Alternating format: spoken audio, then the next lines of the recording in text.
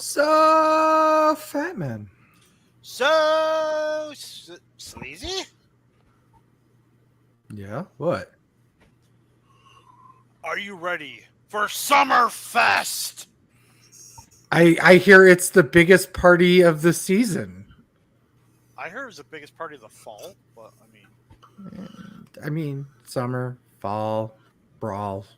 Let's talk about that on the wrestling show.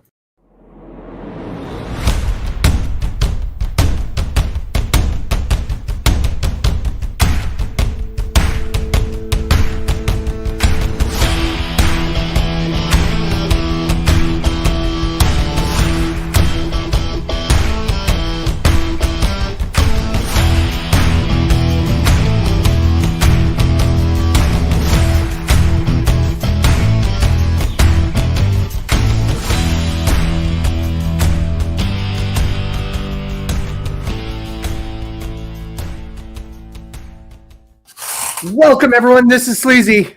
this is the Fatman. What was that noise? It was, I don't even. Was that a toilet tinkerer?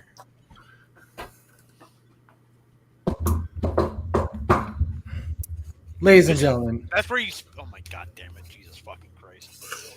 He's so high he doesn't even get the fucking cues in. first of all, this intro's fucked. The toilet tinkerer Ryan Williams is here with us today. I was waiting for the proud papa, but hey yo. Keeping Scott Hall's drug addicted lifestyle alive since I've been on this podcast. Right? And the current, reigning, defending, undisputed Jeopardy champ, it is the Italian man, Heavy G. How are you? How are we doing this evening, folks? We're here. We watched Some of us want to talk about an awesome pay-per-views this weekend, and some of us are just bitter. That's Wow. The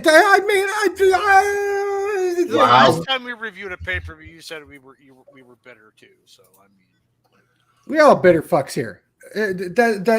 We're jaded fucks. Hey, okay, fair. I'll accept jaded better than bitter. I like jaded. yeah. There you go. The jaded term has followed us for over a decade now. Yeah. So I mean, wouldn't be the first time. Yeah. Years. We're jaded because we like our wrestling to actually make sense. More on that. Hey, How dare you? Yeah. More on that later. if that was true, you'd have brought the fuck your finish that she hates. We were talking The about thing is, that's not the match I'm talking about. I know. And fuck your finishes. Fuck me. Anyone want to watch the 3-hour pre-show? No. I mean, no, because nothing happened. The show opens with Cardi fucking B, right? So I think something. Didn't Ryan post in the chat? He's all like, what did he post in the chat? Can you look ratchet but not too ratchet or something? Hold my beer. Yeah. And then I put. I'm going to look it out and confirm. I go, can she actually talk like a normal human being? No. She talks like she's bored all the time. And it's not as bad. It's just she's constantly. Anyway, Here's my. This will probably be the last time we talk about Cardi B because this is also the last time she was on the fucking show. Yeah, like that was it. Two fucking nights. She doesn't come back. And then she's waving in the crowd during night 1, and she's not even on night 2. Yeah, it's like your host for SummerSlam night 1 for 10 minutes, Cardi B. I mean, but she just needed her name attached to it. Well, I mean, and her theme song, right? Yeah. Yep. Yeah. Well, Ryan's looking up what he said. Yo, dog, I heard you like tag team matches. This one rocked. Roman Reigns and Jey Uso versus Braun Squared. 21 minutes and 10 seconds. John Ken gave this the deets. Ryan is a tag team wrestling enthusiast. The exact comment was, Cardi B, WWE asks, Cardi B, we need you to be ratchet, but not too ratchet. Cardi B, I got you. And then you asked, does she know actually talk like a human being? Yeah, right. Like I said on our preview, is exactly what happened here. Everything I said on my preview about all of this was what happened, leading into the main event, dying how the Usos were going, because they're all family. It's the Usos, Roman and so. The Usos are winning this match because of the entanglement later on in the main event. And I fucking called it down to spirit. I'll to give myself flowers. Thank you. I almost want to say Ron Kidd died. Because like they could have used a really big win here, but they win here at and the end of the night. yeah. But yeah, this was a outside the ladder match in hindsight. This is the only other match that should have opened the two nights as a whole. Mm-hmm. Yeah, I gave it 4 stars. It was great opener. Roman trying to kill himself.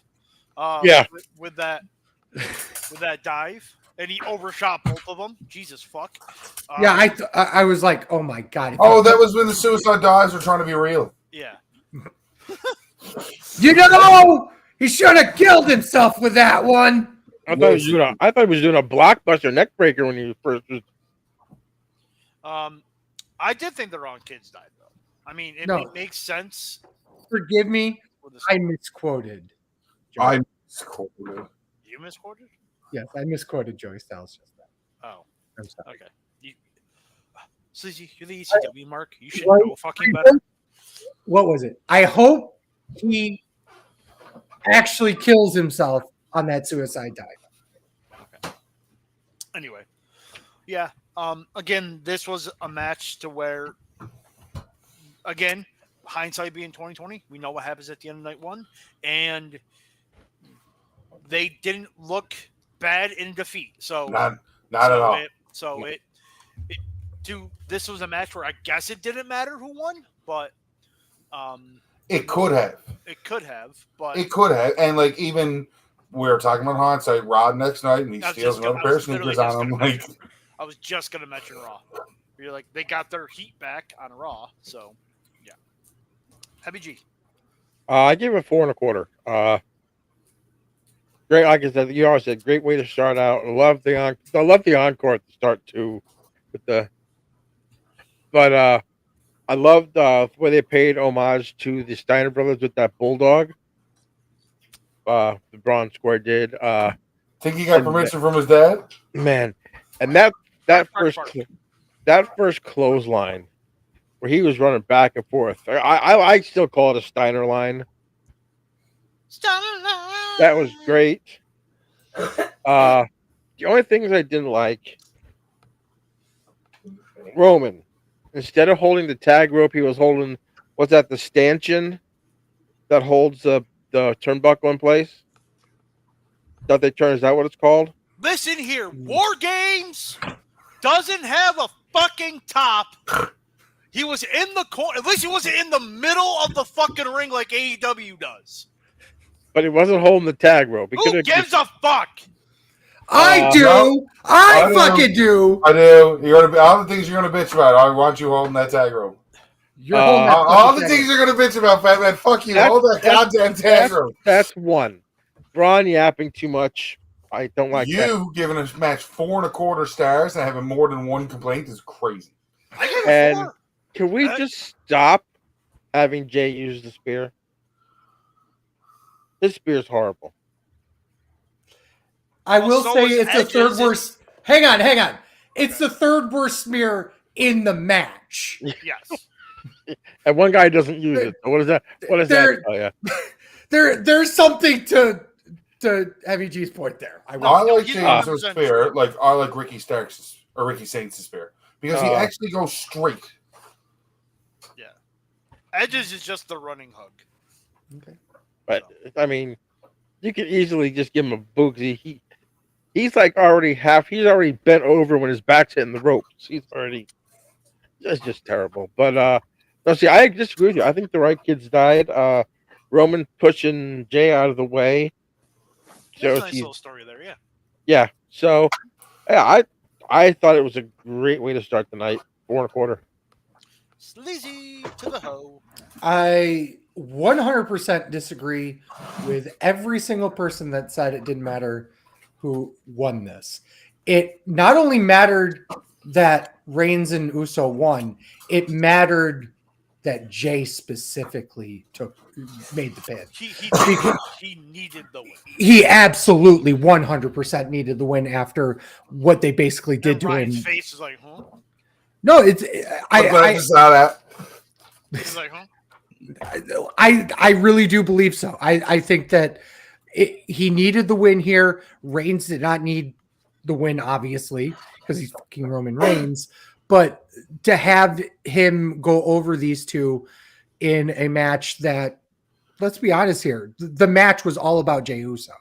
It really was. It was really put together in a way to shine Jey Uso back up to a very important player in the months from now. I liked the match. I thought it was really good. 4 stars. I was going to give it 2.5 just to be a dick, but after saying that, but no, pretty much everything else. Everyone said everything. The 1D was nice. I liked the fact that, where's my notes? I'm trying to find it. Oh, that's what it was. Did anyone notice when Jay came out and he gets up on the top rope and he's got the largest fucking heart on? Yo, okay, so it wasn't just me who noticed that. Okay. And also, why do I have to point this out? it wasn't just fucking Jay. Like, everybody They was were- wearing a massive fucking cup. And it was just, like, sticking out. I'm like, is this sponsored by Blue Chew?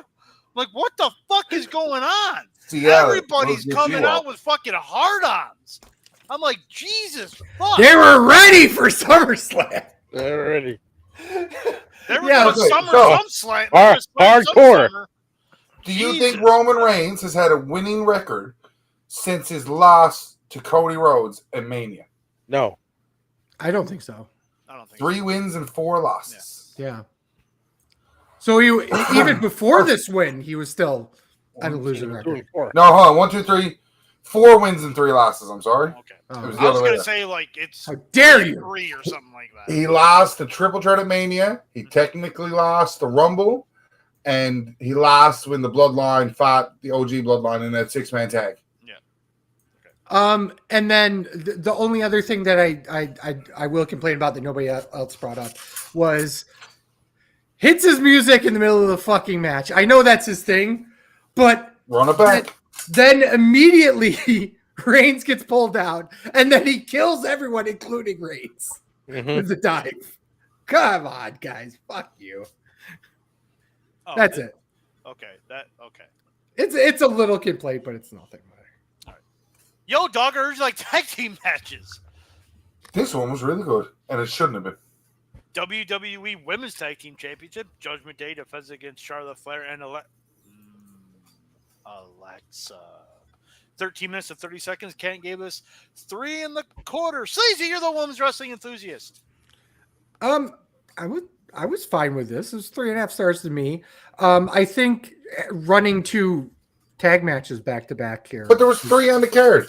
Yeah, I know. And you can't really break them up tag, not, because then you, I think, Well- fuck with your flow. Like, you got to switch this match and Cross and Zane. I don't think you do. You shouldn't. Cross and Zane had more of a story going into it. Yeah. I don't think that you should be flipping matches on one night. I think there were a couple matches you could flip from night 1 to night 2 that would have caused a better flow, because I'll get to this a little bit more, but the Becky Lyra Valkyria match should have been on Oh, this night. oh. You already gave me PTSD, bro. Jesus fuck. It's fine. It's fine, whatever. But in terms of pacing, I think it would have been better on this night than it would have been, and switch the tag titles to night 2. Just to break I kind of agree with that, actually. this up I a bit. actually do agree with that. But yeah, it was fine. Two relatively new teams working. The whole teasing issues with Bliss and whatever. That's It's their fine. gimmick. It's their gimmick. It kind of reminds me of early days of Fraxium. and I could see them going deeper into that rabbit hole where they're the best tag team, but they also are like dickheads to each other. Nah, So- fraction. Listen, they had to earn that, and they took a while to be dickheads to each other. That's true. But it was organic for them to be dickheads, and you kept wanting them to turn, and they never did. Unlike Right. most teams, right? Yeah. And I think that could work here too. Let me just throw that out there. I think it would work here too. But them winning, okay, that would probably give some good heat on the women's tag department, which right now there really wasn't any. So there you go. Ryan. I thought this match kept getting better as it goes, and I got super, super into the finish. Like, I was watching it with the kids, and I was just hopping back and forth, and like, this is fucking crazy. Like, fucking loved it. Thought it was the best. Yeah, I thought it was the best. Couldn't believe that they won multiple times. I thought it was legit a finish, and it wasn't. I was like, good. This has got a little bit more legs to it. I thought it was fucking great. Happy G. I thought it was fantastic. I gave it 4 stars. I mean, right kids die in my opinion. Even though they finally got Raquel, I think looking like Raquel should look. Perez was great. I loved the neck breaker to get out of the Pennington predicament. That It was was basically hailed to the queen, wasn't it? yeah, Basically, yeah. But we'll call it an inverted natural selection. Oh, that's what she calls it. I forgot. Yeah. That's what she used to call it, was hail to the queen, wasn't it? I think when she first started, yeah. The thing that I took notice to, and probably just like me nitpicking, but this time it's actually a good nitpick. Flair, when she was outside the ring, when the match first started, it was almost like she didn't know how to, to encourage Alexa. Mm-hmm. And then as the match got on, she got more into it. Basically, like, okay, this could work. Just do it out. I took notice of that on the outside, but the ending was fantastic.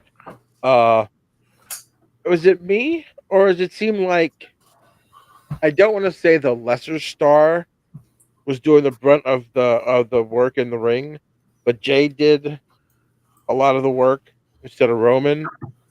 Here, Alexa took more of the beating than Charlotte did. Well, Alexa's also 4'0". So also true. All true to the fact that the bigger star, quote unquote, was the one that comes in for the Hot tag. It's hot tag from the babyface apparel spots. So that makes sense. And she used the tag rope. Wow. Just to touch on the Charlotte Flair thing with behind, it's hard for a Flair to Not Flair. be a baby face, especially in a tag match where she's not turning on her tag team partner. Yeah. Come on, there was Lex Luger or Sting right there. Yeah. So I have to mention this. Ryan, what'd you do to your old lady? Where's she limping now? Oh, that's on OnlyFans.com/wrestling show. Thank you. Ooh. Perfect segue. I agree with Sleazy starting 3.5. He says, oh, it was fine. No, 3.5 is a really good match. No, but that's how Sleazy rates fucking fine matches. It was fine. 4.5. Again, it was bad. Ryan said I thought it was better than I thought it would be. Absolutely. Right kids died, I thought. Alexa getting the pin, I think, was the right call. Because Alexa's just Alexa. So, and yeah, I enjoyed it. All right. Then comes this piece of shit. Oh, okay. I didn't expect you to say that. Sami Zayn versus Karrion Kross, 8 minutes 10 seconds. Can't give this 3 stars. I'll start. It was good. I thought it was better than their Night of Champions match, but that's not really saying much. 3 stars again. Good match. They told a little bit of story in there. Knowing what we know now about Karrion Kross's contracts, but we don't know shit yet because it's still not. No, it's go through news and rumors. This news and rumor is his contract supposedly ends this weekend. Yep. So, and he wasn't at Raw. And he was not at Raw, so that's why I thought the wrong kid died. But if they're not renewing his contract, then obviously the right kid died. hindsight, again, if that's what happened, cool. But yeah, so nice little story there, not bad. Heavy G. I gave it 3 stars as well. I thought it was a good match. How does the WWE have Karrion Kross and not be able to use him properly? Depends on who's booking him. It's a big guy who can go. He has the charisma. I mean, he's got. Look at Ryan. No. He might be a big guy with charisma. Sure, they got 10 of them in the fucking PC. Karrion Kross. I get it, but he's established there. I mean, well, Ryan has a point. They have 10 Karrion Crosses. Karrion Kross, and shitty as it is to say, the biggest appeal to Karrion Kross is Scarlett. Yes. The second biggest appeal is his mic work, because Karrion Kross is great on mic. But if you ever actually watch Karrion Kross wrestle, he's boring. He kind of is. When that bell rings, he's like... He's solid, but he's not the most entertaining. No. He's a good worker. He's a Cena. He's a good hand. Yes, he's a good worker. Oh, my God. So... He's a B+ player. I mean, and then Ryan's point is, with Karrion Kross, you're going to have to pay 2 people instead of 1. True. Why do you think Lana didn't come back? Wow! But here's another question. I'm not going to book tag teams because it costs 4 wrestlers in 1 match. I mean, how dare you? Hey, there's a difference between a tag team and a wrestler and a manager when you're booking 2 people. If I was running WWE, TKO, whatever, I would have re-signed him as Scarlett. I mean, just let me put that out there. I would. I think they are assets to the company. However, according to Ryan, to Ryan's point, they got 10 of them down in the PC. They don't have managers that are their wives. If they don't, and depending on how much he made and how much she made, it's like running back to the NFL. It's way cheaper to draft a new one than to renew and to sign an older one to an extension. Yeah, I just feel like you can't get a break in the WWE. And also, did I miss it? I know the whole thing of this match was if Kross won. Yeah, he never said it. He never said it. No. That was the whole point of the fucking match. Supposed to happen on Raw. Kross didn't show up. No, it was supposed to happen there that night. They never said that. They said it was just going to happen. In the camera. Heels lie. No. Yeah. No, heels tell the truth. Faces lie. Heels tell the truth you don't want to hear. It's not that faces lie. Faces are gullible. Okay. Sleazy. It was a 3-star match that should have been better than it was. So it was fine with 4 E's. Really, legit. Triggered. This should have been an amazing match.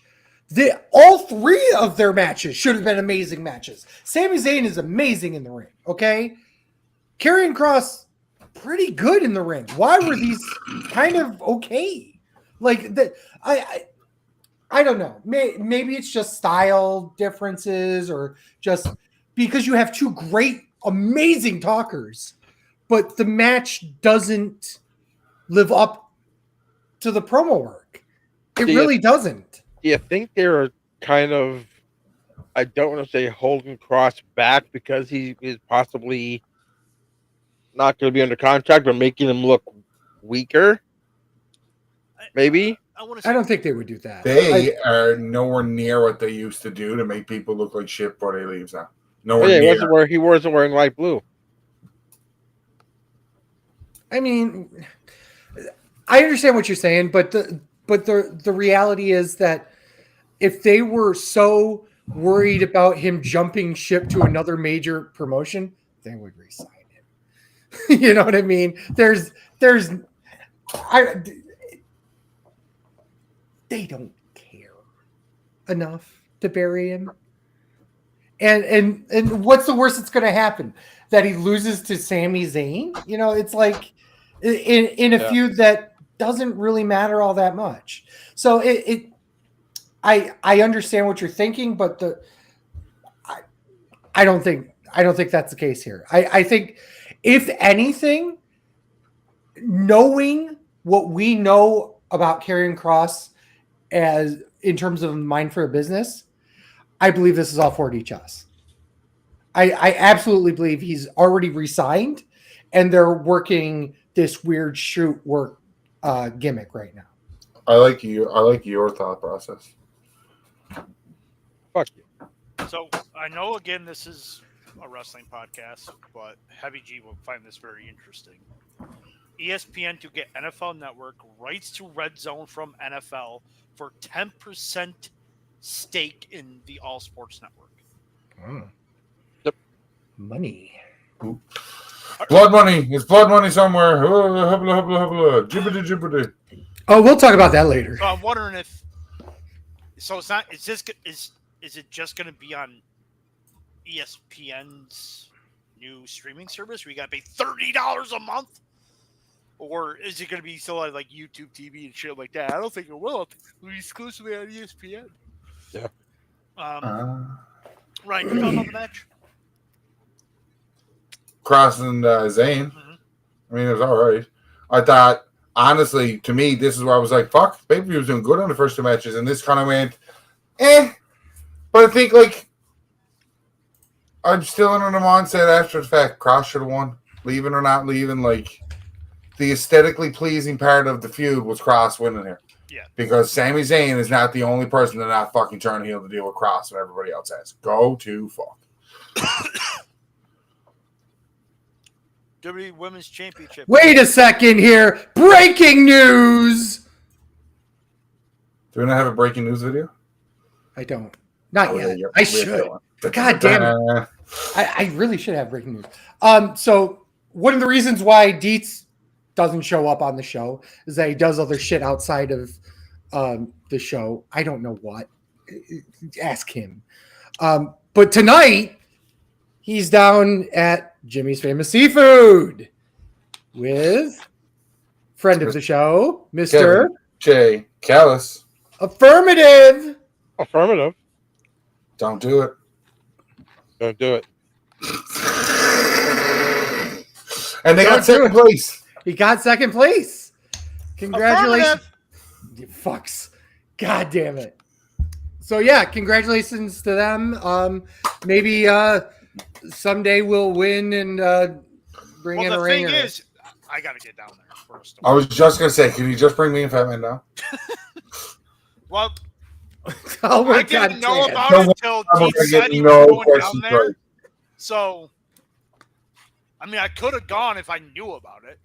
Right. I didn't actually know. I thought it was. I didn't know about it. I thought it all was like- earlier in the week. He's all like, oh, You ought to know. Is that in New York? Baltimore. Baltimore. They're in Baltimore. So All right, WWE Women's Championship. Tiffany Stratton defends against Jade Cargill. 7 minutes and 5 seconds. Canton gave this. What? Mike Sanders. Sleazy, you're the women's wrestling enthusiast. Can you say that time again, please, so people can understand? Me? Yeah. The what? How long was that match again? 7 minutes and 5 seconds. What the fuck? It didn't. It seemed like it went longer than that. And hold on, I'm looking at maybe the shortest match of the weekend. No, because the cash-in is considered a match.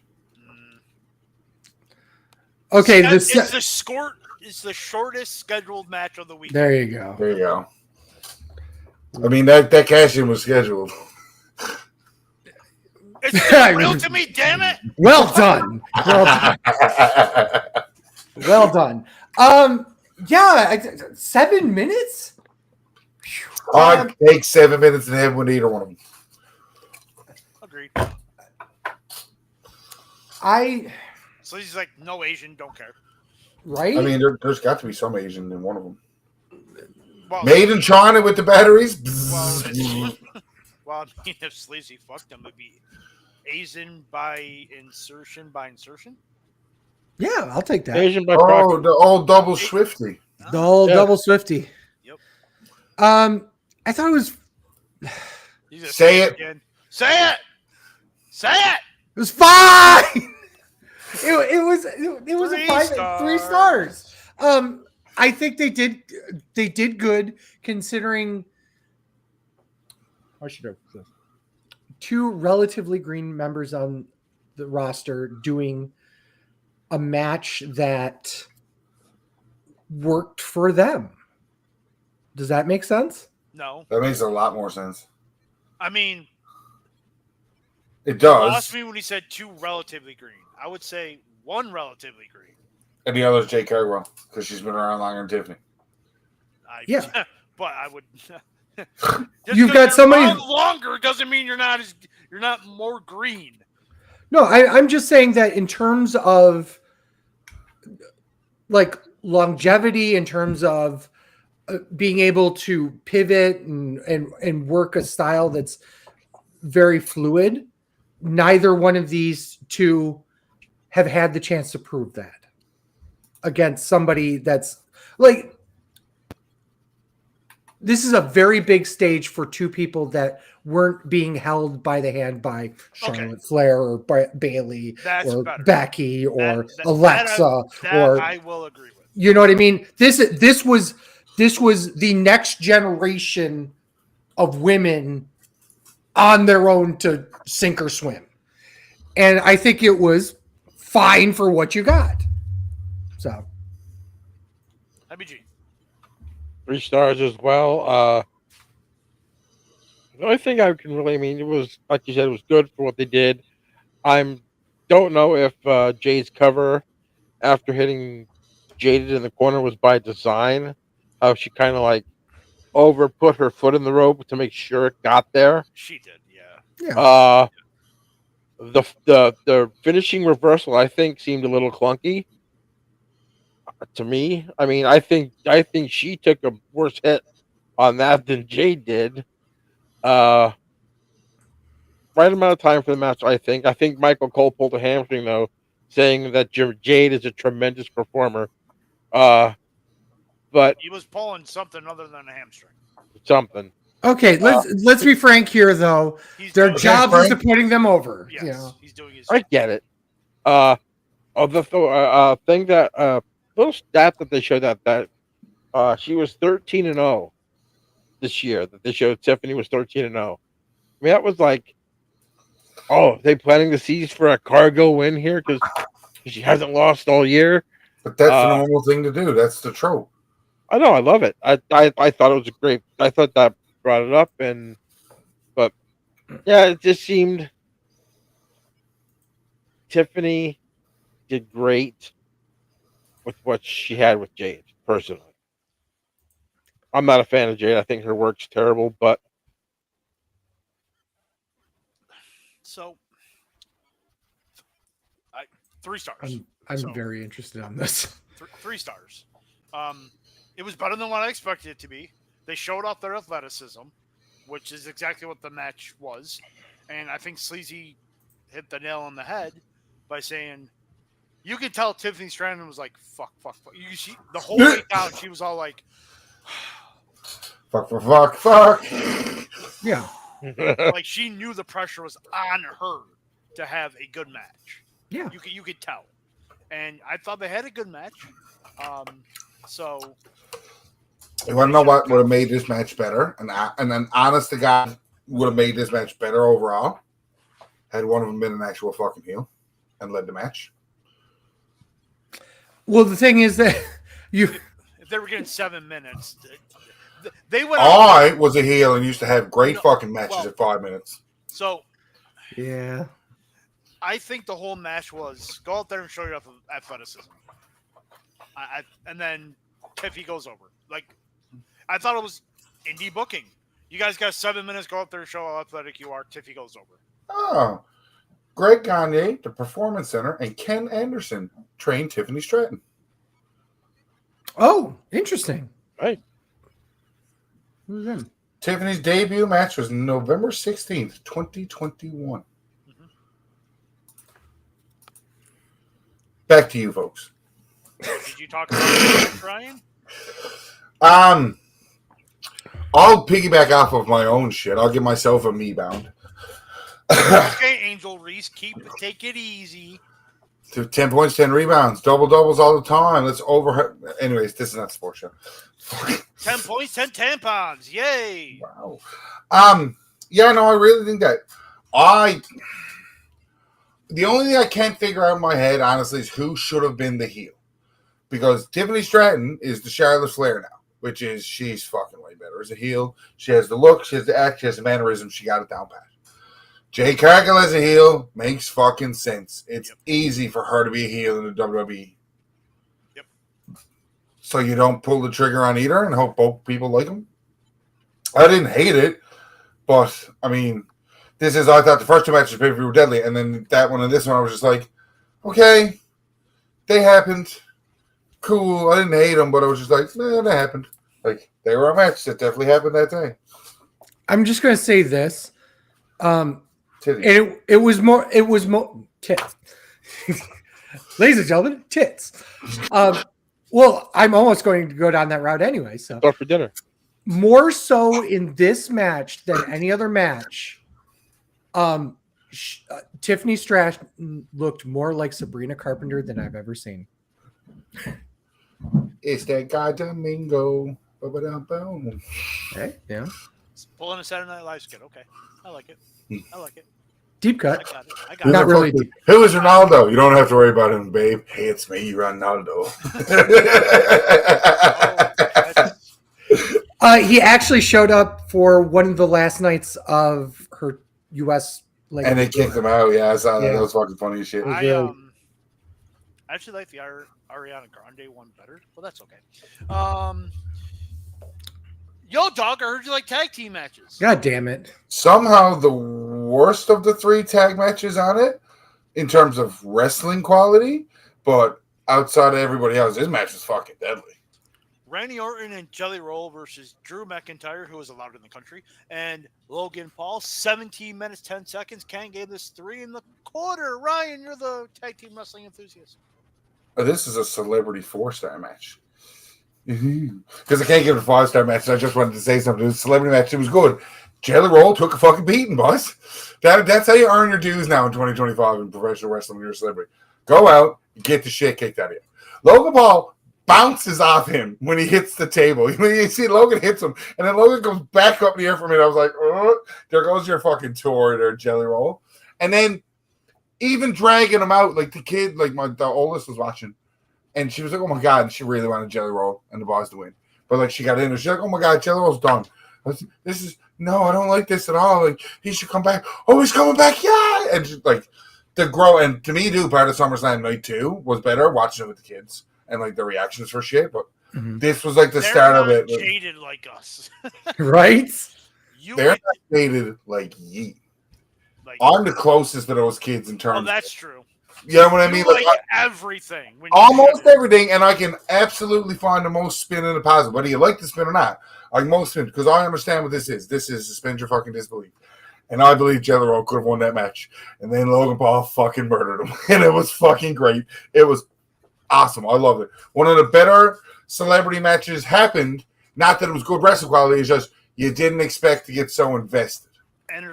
It was an entertaining match. Like, fuck you, Jay Leno. I've seen people say, "Oh, this match sucked." But Jelly Roll can't wrestle. That wasn't the point. The whole point was he can't wrestle. I gave it 3 stars. It was a good match. Like, that wasn't the point of the match. The point was he wasn't. Dude, Jelly Roll was absolutely terrible in this match. By the way, he sucked. But the point somebody save him.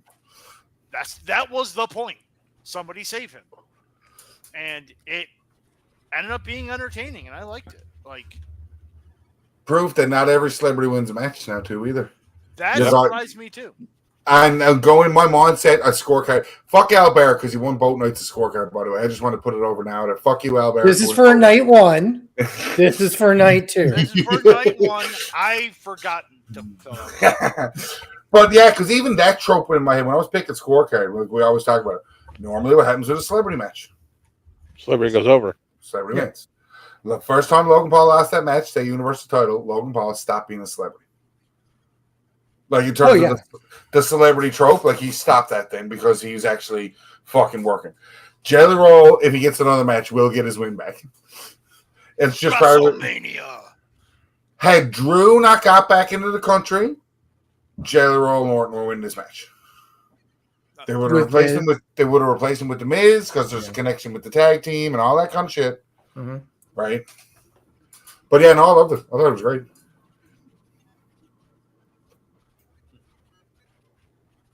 Sleazy. I'm going to say this. I think it would have. No, well, it was 2.5 stars. It was an okay match for a house show from an objective wrestling standpoint. From an entertainment perspective, you're absolutely right. It was really enjoyable. I really enjoyed it. And this goes back to what I say all the time. You know, you can like a bad match, and you can have problems with a objectively good match. This is one of those times where the entertainment of the sports entertainment came through, and it came through on all marks. I think the only thing that would have been more enjoyable is if actually the Miz was in the match, because with Logan Paul being a legitimate WWE superstar and you have Drew McIntyre being a legit WWE superstar, it kind of puts off, how should I put this? The dynamic's weird. You know what I mean? Jelly Roll's in there by himself. Or Orton's in there by himself. Or excuse me. Yeah, thank you. Orton's in there by himself, basically doing 2-on-1 with a liability in the corner. Now, granted, Jelly Roll gets a shit kicked out of him. He does a little bit of a hope spot here, there, and everywhere. Mm-hmm. But at the end of the day, the other crazy thing is Jelly Roll and Orton lose, which is also what absolutely should happen if you look at the tag team from that perspective. So it makes sense in that view too. So I'm very conflicted about the match because I really enjoyed it too. So I don't know. I'm bringing this back to wrestling. So I read a review about Happy Gilmore 2, which I've not seen yet. And it's like, it was stupid. Oh, it was a really bad movie, but I was entertained by it. So I'm like, well, wouldn't that make it a good movie then if you were entertained by it? And I kind of bring that back to wrestling, being like, was the match great? No, but I was entertained by it. That's why I gave it a good rating. I gave it 3 stars. Okay, so here's my answer. Here's my retort to that. It is. To keep it in the movie sector, what would you rate The Room? Room or The Room? The Room. Oh, it's terrible. It was great. I mean, it was terrible. People like you're tearing me apart, Lisa. The only thing great about that was hi, Mark. Yeah. Come on, but that's a whole genre of movies. I mean, how did this get made? Was a podcast like that is the entire thought process of how did this get made, and some of those movies are so bad that they're good. You know, and fair.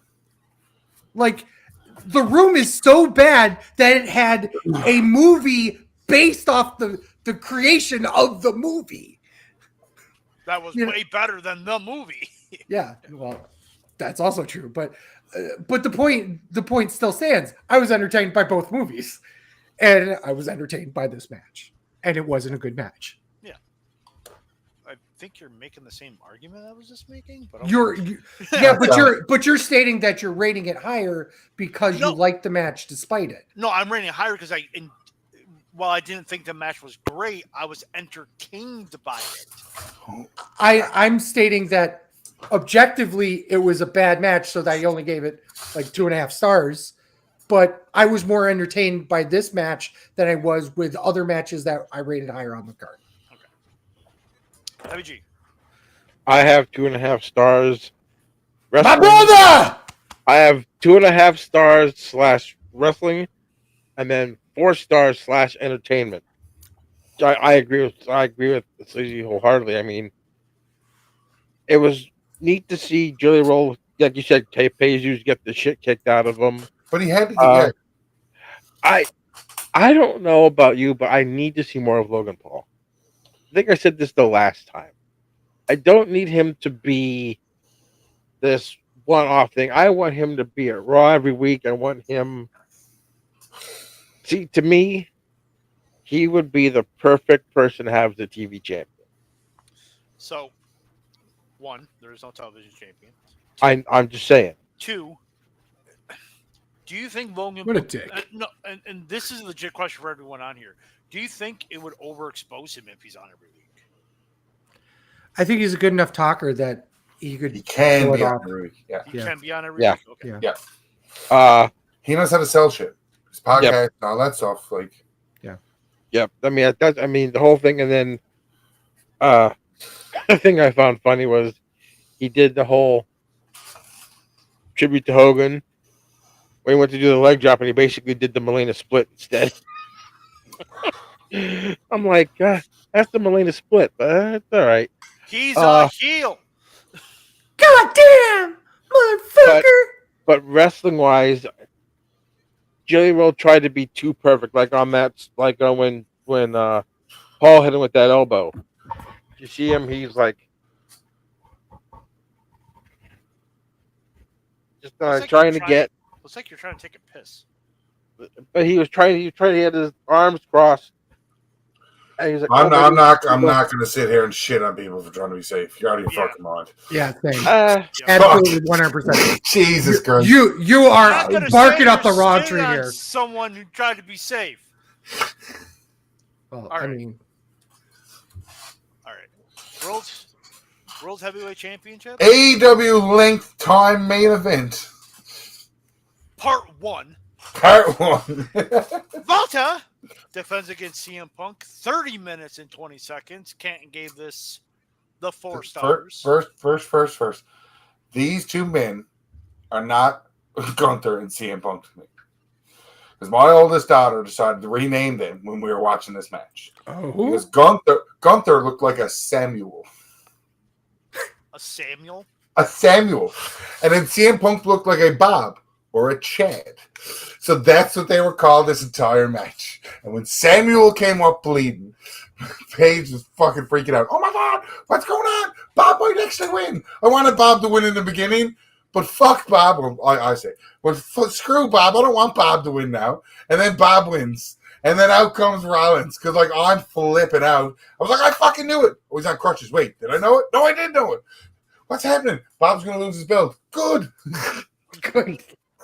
Fucking Bob. Oh, man. Fuck Kids got Bob. way more in it. When we talk about the main event night table, kids got way more in it. But that would just kill me. It was like Samuel's kicking the shit out of Bob.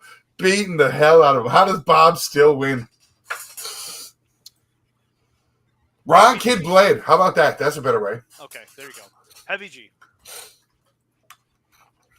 I gave it 5.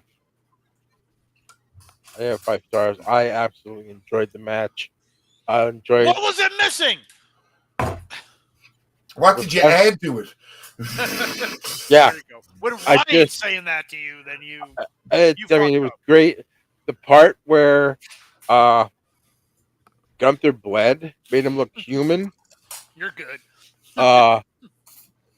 And then just him just getting beat down, worn down, and then finally come back to make the great comeback to beat him. And then you have the surprise at the end where I thought, okay, he was walking back. I thought, oh, he's not going to cash it in. Next thing you know, they went their crutches. I even call it, he's going to cash it in on him. I thought he was going to hit him with a crutch or something, but no, he came back and ended up hitting with the briefcase. But all in all, that whole main event, 1 and 2, 5 stars. Perfectly executed. Sleazy. I gave it 4.5. Ryan. Oh, that was a great match. What was it missing? What was it missing? He gave it 4.5. Oh, I'm sorry. What was it missing, you Asian piece of shit? There you go. Thank you. I appreciate that. 2 major things. First of all, fuck your finish. Second of all, what the fuck were those power bombs? Like those were the Punk's weak. like 80. CM Punk's like 80, boys. That's what those power bombs were. Let's be fucking real. Then don't do it. Don't talk about this match and saying about fuck How your dare finish. you make sure that people are safe? No. If you want to be safe, don't do the move. That's the But thing. you could clearly do the move safe. And get nothing out of it. That's the thing, though. You're still taking the risk of doing the power bomb. I could also put somebody down gently on their shoulders, but it's got to look like something. He does it every night. No, he doesn't. I'm talking about you.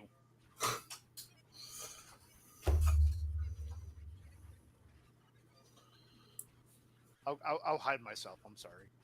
Thank you. That's not my one highlight of the show. That's his own.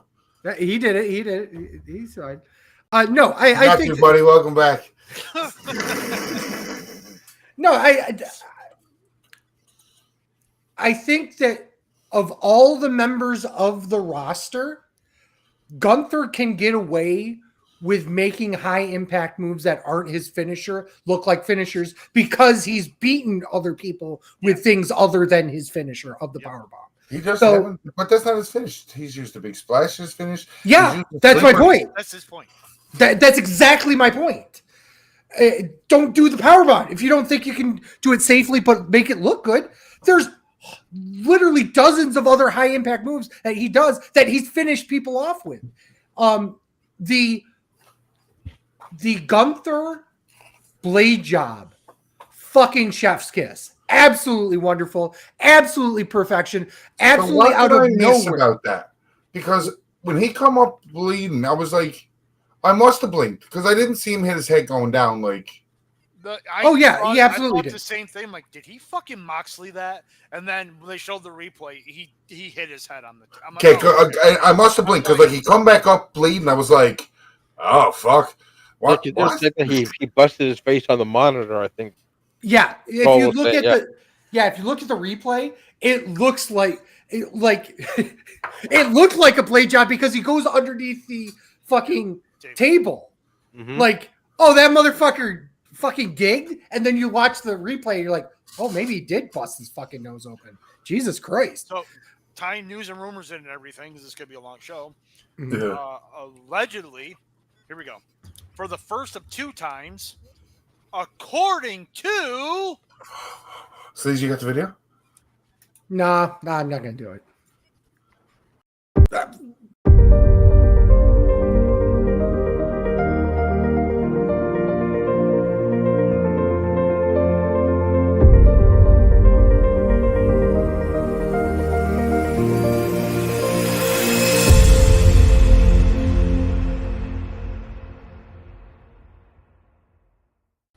I was not going to push it and then push it. But you got there quickly. Ryan and I did that on Thursday. Where we cooked this. It's the same fucking video. It's the same video. That Gunther was going to have surgery on his nose prior to SummerSlam. So that's why they did the spot. Oh, that's good for Meltzer to know that. Yeah. Oh, for fuck's sakes. So I heard that. And that's not even the stupid news and rumor from Meltzer. Fuck yeah. No, I actually heard that for another source as well, though. Who got it? Yeah, from because Meltzer. you got it from Meltzer. Yeah. Like SRS will say, oh, no, I got it from so-and-so. Just like Russell will copy paste Meltzer. My sources say. Yeah, my source is Meltzer. Fucking idiot. As for this cash-in, I know you guys had referenced it. No, I didn't reference it. I called it. I didn't reference it. I told you exactly what was going to happen. Fair. I'll give you. I'm not going to not give you props. Yeah, he give you called props. You called. I didn't. I said Gunther's winning. I don't see Punk winning, and I don't see a cash in. Now, full disclosure here. Obviously, I wasn't on Thursday's show because I was literally driving by MetLife Stadium while you guys were on the air, which is fucking hilarious. But I did not believe that they were going to do the cash in. I did not believe that he was legit or was working an injury here. I did not believe that Like when he came out on crutches, I was like, oh, cool. They're going to do the whole stare down and blah, blah, blah, blah, blah. And that'll be the end of night one. That'll be a pretty cool visual. Yeah. And then the cash-in happens. I'm like, okay. One Problem is press release, and I believe it's real. If they put out one press release about it, I believe it's real. the only problem with that, and God damn it, I will bring up. Go ahead and talk about it. I'll bring up the one thing that I hated about it. 4 1/4. I thought it was a great match. I thought it went way too long, and this is one of 3 times I'm going to say this tonight about a match on this show. But Punk took a beating for way too long because I think I said it in the chat. This match is going way too long. Punk's taking a beating. Is it for a Rollins cash in? And I guess that's what happened. And I didn't even see it coming. Like, I was just like, it's not going to happen. But, yeah, it was a great match. And, again, I just thought it went just too long. So. The one thing I wanted to show, now that I have it. It's his dick. We're getting thrown off the air. Yeah, it's my dick.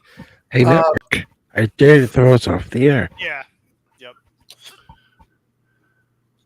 Are you fucking kidding me? I spent literally days not watching our chat. I muted our chat after the show. You did?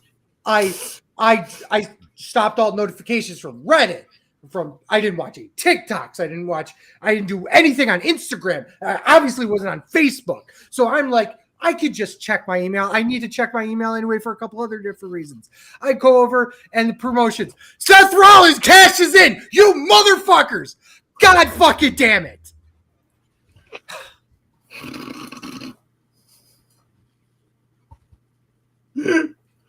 That's why I turned off I unsubscribed from WWE. But it's WWEshop.com. If I had bought something in the last 12 months, I would have gotten that marketing email and I would have been fucked. It's just like, God fucking damn it. Before we touch night 2, I just want to read out cage match reviews. Not reviews, but like.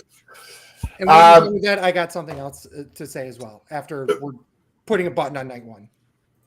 Basically, so these are all rated out of 10. The Usos versus Braun Squared was 7.02. The women's tag title match, 6.35.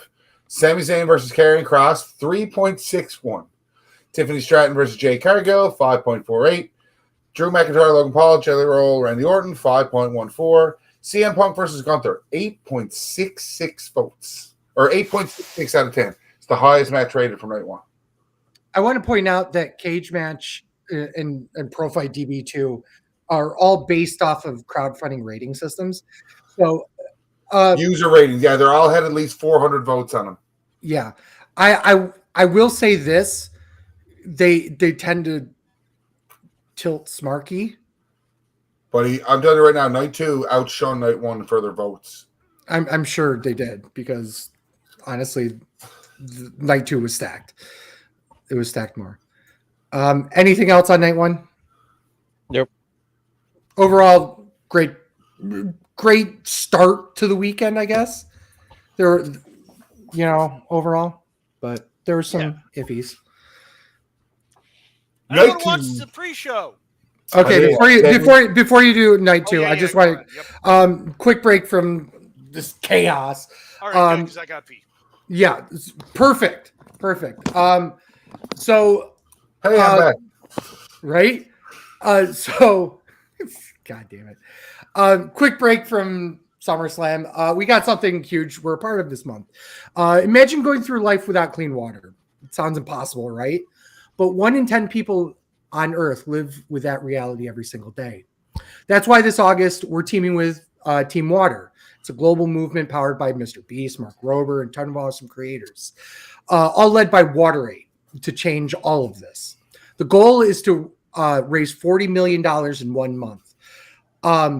we're doing this in the month of August to bring clean water to 2 million people for decades. And the best part, every single dollar gives one person clean water for a year, just $1.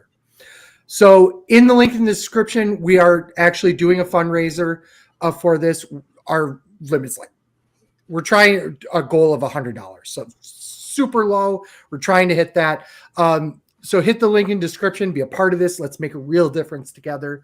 We're wrestling fans. We know what it means to fight for something big. So this is that moment. So on that note, donate if you can. Share the video that I did earlier last week if you can. We got a lot. It's a stupid, funny video, but whatever. I really enjoyed it.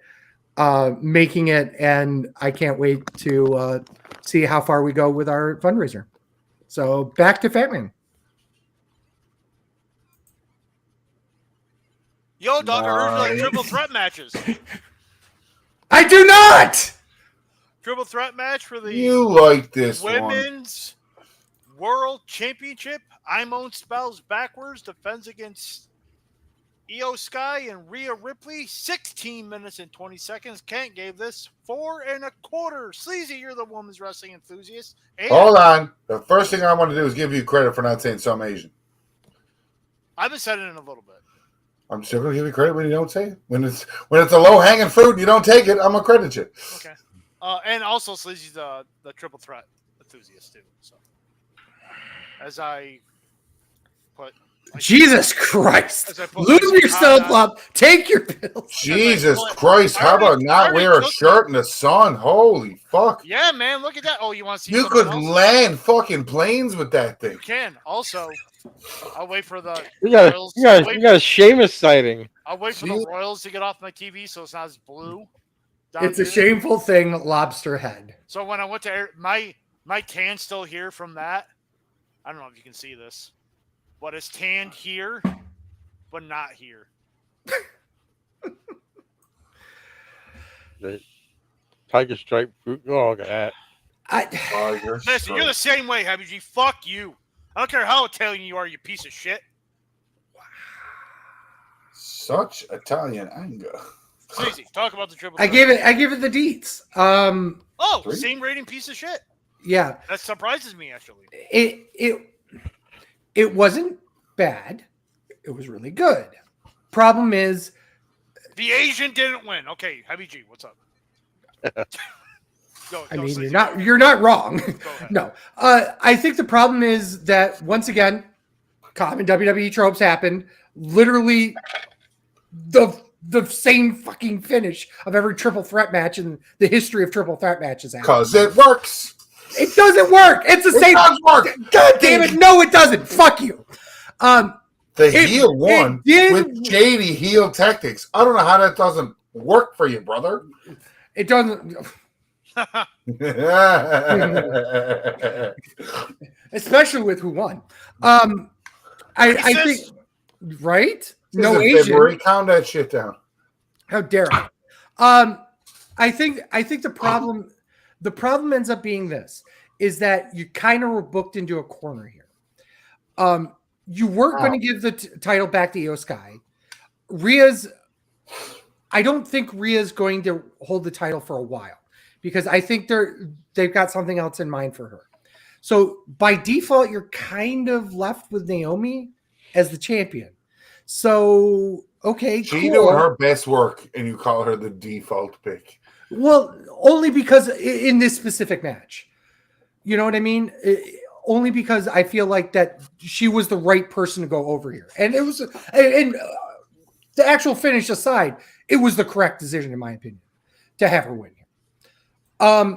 But I think they overplayed this one. It had, this is going to be a bad fucking comparison. It's the difference between Shawn Michaels versus Undertaker at WrestleMania 25 versus Shawn Michaels versus Undertaker at WrestleMania 26. Okay. Right?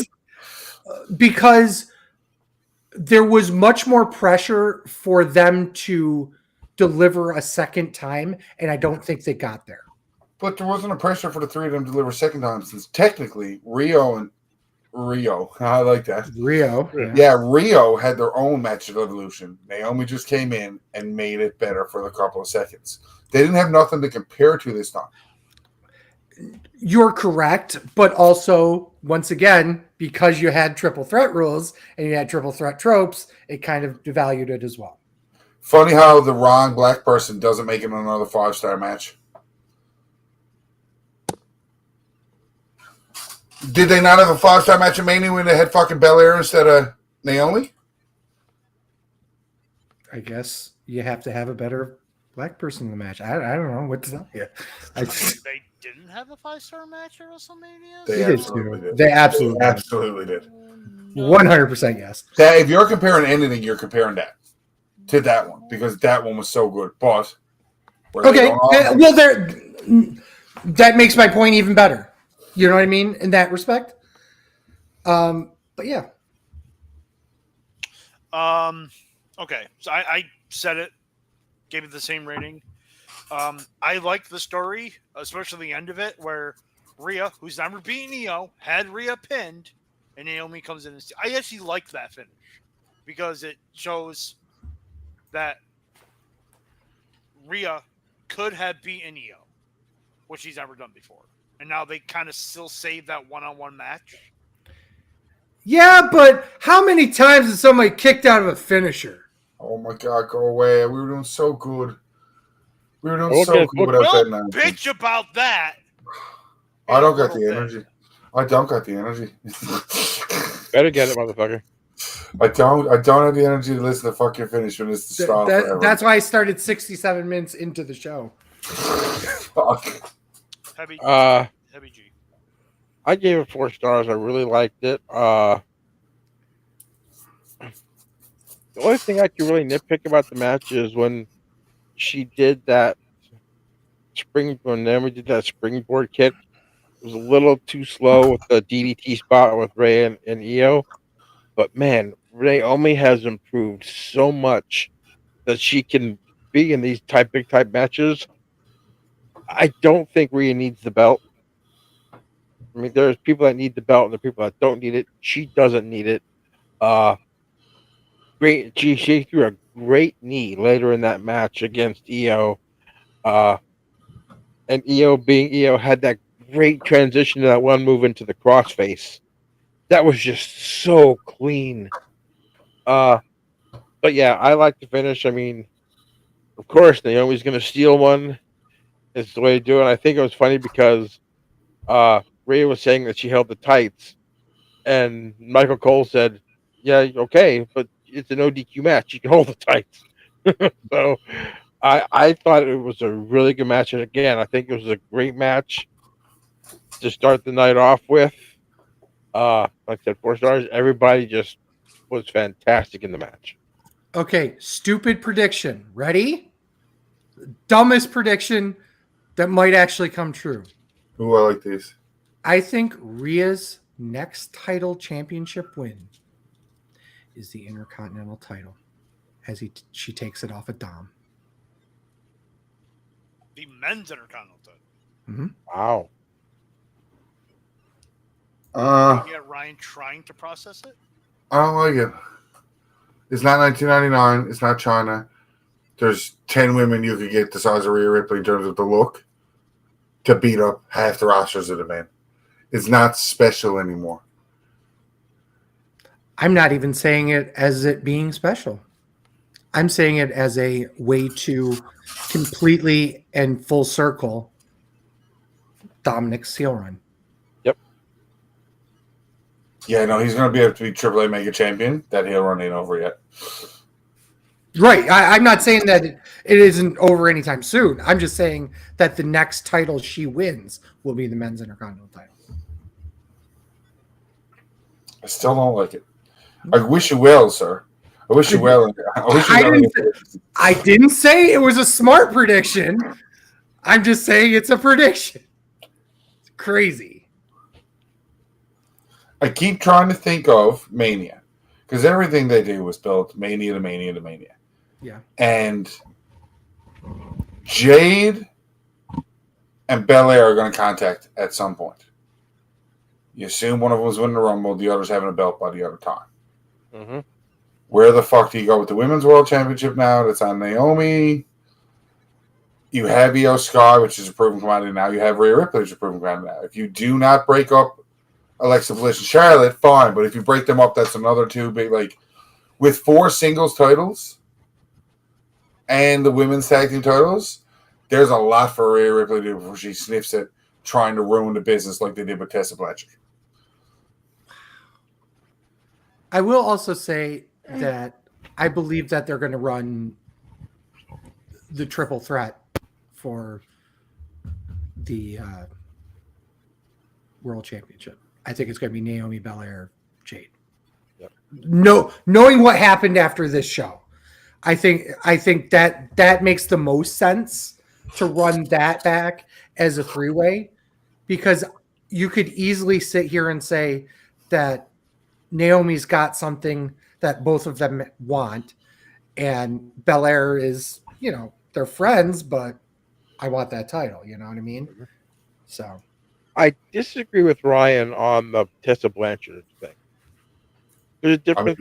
There's a difference. Facts will agree with me, but go ahead. There's a difference between the title than a secondary title.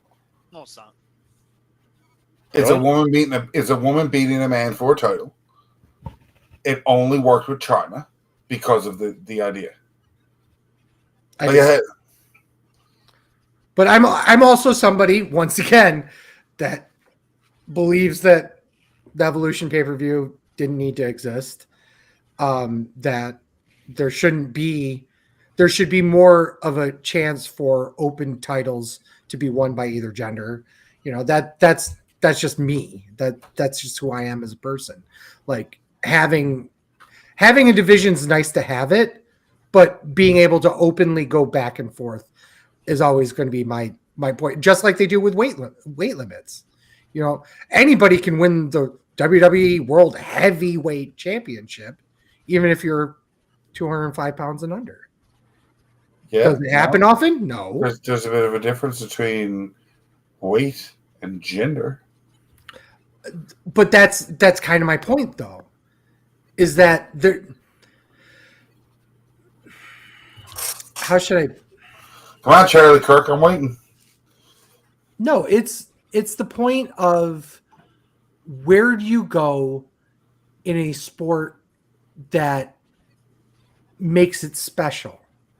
Like you can make that special. You can make that moment special because you don't have to hope that she wins. You can just book it that way. You know what I mean? It's not like you're physically running, women against men in a, I hate to say legitimate sport like running or high jump or something of that nature. You can book to finish whatever way you want. And why not tell those stories? Why not show that this is, the toughness of somebody, irrespective of gender, can make that boyhood dream or girlhood dream come alive, or they come dream. All right. So Ryan's had a lot of dreams. I'll have then I have a question. What did you think? Since you're the Chikara guy, what did you think about Princess Kimberly winning the Grand Champion? Loved it. Absolutely loved it. Okay. There you go. Six-pack challenge for the TLC match. Wait, no, don't cut off the Chikara, Tom. Yep. Yo, dog, I heard you like tag team matches. Chikara tag teams, yeah. Yeah, didn't you hear about the hands and, Wasn't even me. He did it to himself again. I don't blame him. So how about the Young Lions Cup? Let's talk about Young Lions Cup winners. Yep. There was a couple in this match, I believe. No, there wasn't. The Y6 defends against Andrade and Ray Phoenix, ? DIY, Fraxium, Motor City Machine Guns, and Street Profits, 16 minutes? Ken gave this match, Ryan, say the words. What was it missing? 4.5 stars. Cage match rates this match 8.67 based on 215 votes. Which would be about rounded up 4.5 stars. Wait, they rated this match lower 8.6. than the CM Punk match? I Was think this so. even like CM Punk was 8.4 something, wasn't it? Oh, it was 8.8. Going back. Checking it out. Anyway, fuck you. Match of the weekend. 5 fucking stars. This was exactly what it was supposed to be. A fucking car crash. I really hope Candice LeRae's okay. Wow. This match didn't need a story. It just needed bodies fucking flying everywhere. That's exactly what it was. Gunther and Punk was 8.66. Wow. And what was this? 8.67.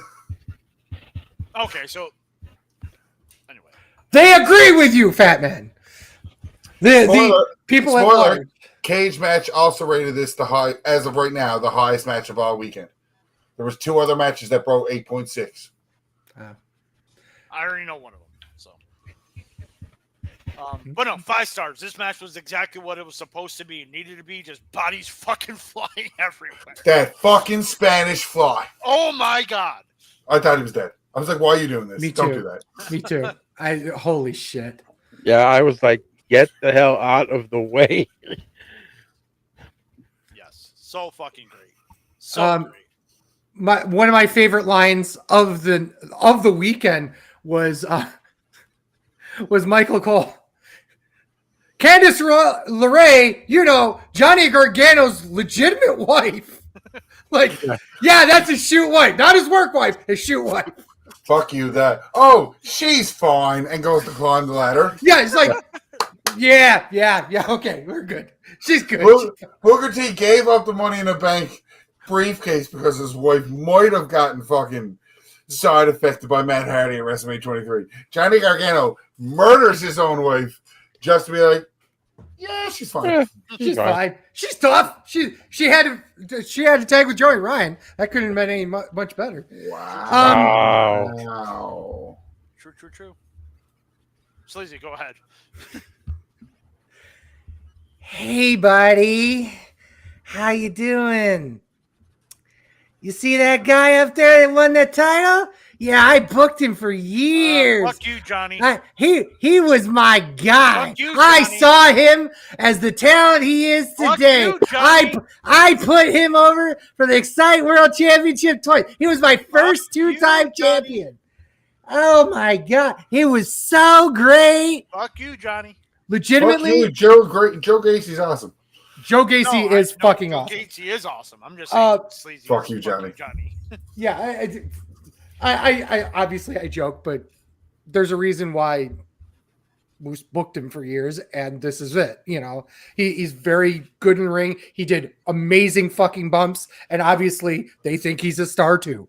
So, the match, absolutely 5 stars, 100%. There's absolutely nothing wrong with this. If anything, if you want to make a critique that there were too many people outside of the match in the match, maybe, but I think it worked for what they were doing. So, oh, right, kids fucking died. Absolutely. I had a coworker say, "Oh, fucking YS6, they always win." I'm like, "What are you talking about? Always win?" He's like, "Oh, the numbers game again. That really irritated me." I go, "So it made you upset that the heel team won?" And he goes, "Yeah." I go, Okay. "Think about that." No, don't smarten up the fucking marks. Jesus Christ. I go, "Think about that." And he goes, Don't tap on the goddamn glass, you he goes, fuck. "I know they were doing their jobs and they did it well. I still hated it." I'm like, "Okay, good." And I'm about ready to hide Heavy G because he's not going to give this 5 stars. Nope, gonna give it 4.5. What was it missing? It's not what it was missing. It's what You it give had. some stupid answer. Lots of cameos. He didn't even say anything dumb yet. Lots What, of you did like cameos. snap it into a Slim Jim table, dude? Lots of cameos. That's the one thing I thought you were going to bitch about was the promo tables. It is what it is. I can't. I'm going to bitch about that, especially the ones that had the little notches in them so they can put the table where they're supposed to put it. Stop bitching about safety issues, you fat fuck. Holy cow! This was done because of this. Yeah, heaven forbid. And they didn't. Okay, if that's the case, did you notice on the first set of tables they didn't put them in the holes? Yeah, that's stupidity. Yeah. I hate to break it to you. Wrestlers aren't always smart. Stop standing around in the middle Ryan of is a the wrestler. ring. Sleazy Go is a former for the wrestler. fucking belts. That's what you're there for. And I can nitpick about the missed backdrop for Joe Gacy, and then they reran the spot. Why? Why would you It's nitpick fine. it though? It's You fine. missed it. So you reran it. Make was sure saying- it happened. Yeah. You could say he missed it, but that arguably could have been a more dangerous bump where he would have landed, which was the edge of the fucking ladder instead of on the middle. He missed on purpose because he was going to hit the edge. If I'm going to suspend, Safety! if I'm going to suspend my belief, They hit a backdrop. Okay, so I'm going to run it on them again so they can do it again. Fuck you. You got to repeat. I mean, Crossroads, come back up, Crossroads again. You're Hey, wait a second, one more If time. you give Crossroads. Cena Cody 5 stars, I'm going to, what he just said, I'm going to fucking bring back to you. Cena Cody was 5 stars. First off, spoiler. No, it was not. Spoiler. This ladder match was also 5 stars. I think This there was were 5 2 stars, 5 yeah. Cena Cody spoiler was not 5 stars. And there's a reason why. Speaking of a match that was not Jesus Christ. anywhere near I 5 stars. I need before this happened. I still want to point out Heavy G gave it 4.5. And while I may not agree with why he gave it 4.5, I respect the fact that he gave it 4.5. And I absolutely respect the fact that he comes on this show and puts over the fact that his opinion, however wrong it is, He's turning My into opinion. me. He's turning My into me. opinion. My He's opinion. turning into me. yes, and you have every You right. don't need and I will another me on defend here, you. though. I defend everything that you say, though. Hot take. He's like a cross between Chip's markness and Fatman's bitterness. He's Chamark. I'm not Wow. jaded, not bitter. Shark. Jaded. Shark. Jaded. Shark. He's a Shark. He's fucking shark. He's a change. I was literally going right to it too. It's too late. I was already there, buddy. No DQ, no count out for the women's intercontinental title. Becky Next. Lynch versus Lyra Valkyria. 25 minutes and 5 seconds. That felt like 60 fucking minutes. Kenton, the overrating piece of shit, gave this 3.5 stars. Sleazy, you're the women's wrestling enthusiast.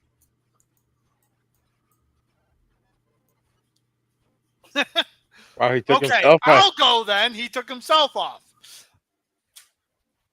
Ryan took himself off too. Sweet. I gave this a match rating I don't think I've given in a very long time. Oh my god, did you hate it that much?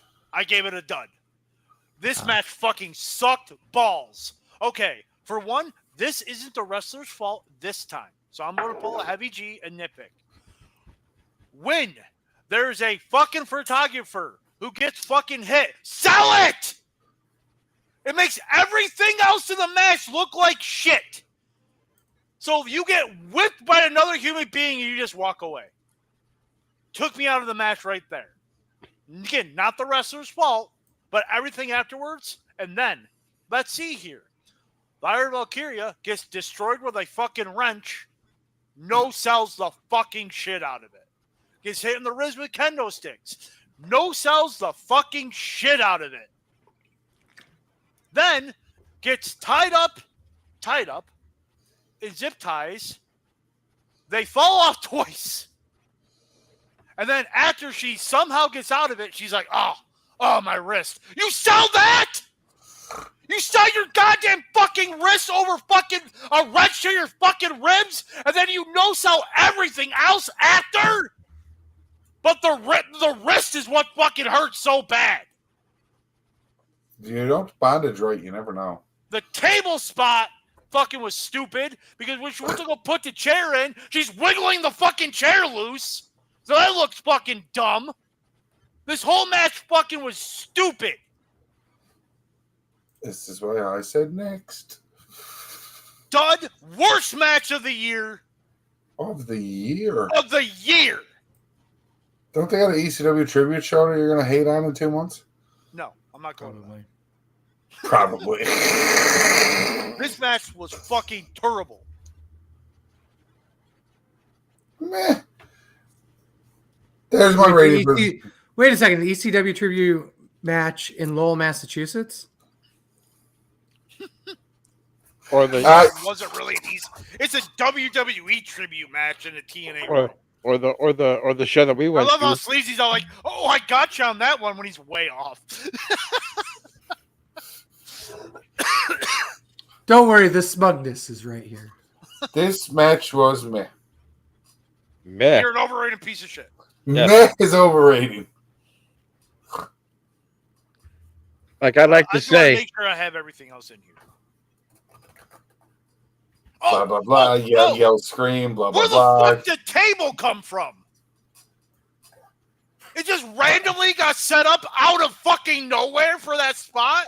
I feel like you're getting no, too she mad over drug little it. She things drug now. it. She drug it a third way across the ring. Yeah. Okay, Yeah. maybe I missed that then. Maybe I was in the chat going, "This match fucking sucks. This match fucking sucks." No, she took it off of one side Okay, and then drug it all the way past two corners. I negate that statement then, because I just looked up and there was a table there. I was like, "Where the fuck did that come from?" So you I'll missed, negate that. It's still done either way. you missed that. You missed when Lyra fell off the top of the railing and then still did a crossbody. The thing that another one that it did me to look to me like Bailey missed her spot about trying to grab the crowbar. No, because she was like this, like I'm gonna hit her. the person not in the match gonna was hit the her. best part of the fucking match. But Lynch was like, I'm gonna hit her. I'm really gonna hit her. Where the fuck Bailey? Really? And then Bailey finally gets the crowbar out of her hand. And then after that, she punches Lyra with the chain fist. She's standing on the apron, watching her get counted out. Yeah, and it's a no DQ match. So she could have easily just pulled Becky out. Right. You don't want that, yeah. Or the ref. Or the ref, or maybe that's He was closer to the ref. Or as per story, maybe that's what she wanted. So you never know. Yeah, but that way, 1 star, horrible. I would say piece of shit. I would say piss poor, but that's an insult to piss. Oh wait, actually in the chat I gave it 3 poop emojis. Yes, you did. Good for you. Heavy or sleazy. Heavy sleaze. The woman's wrestling enthusiast I normally start off with, he hit himself. Yeah, Which we tried to ignore this match. I didn't want to be associated with this match.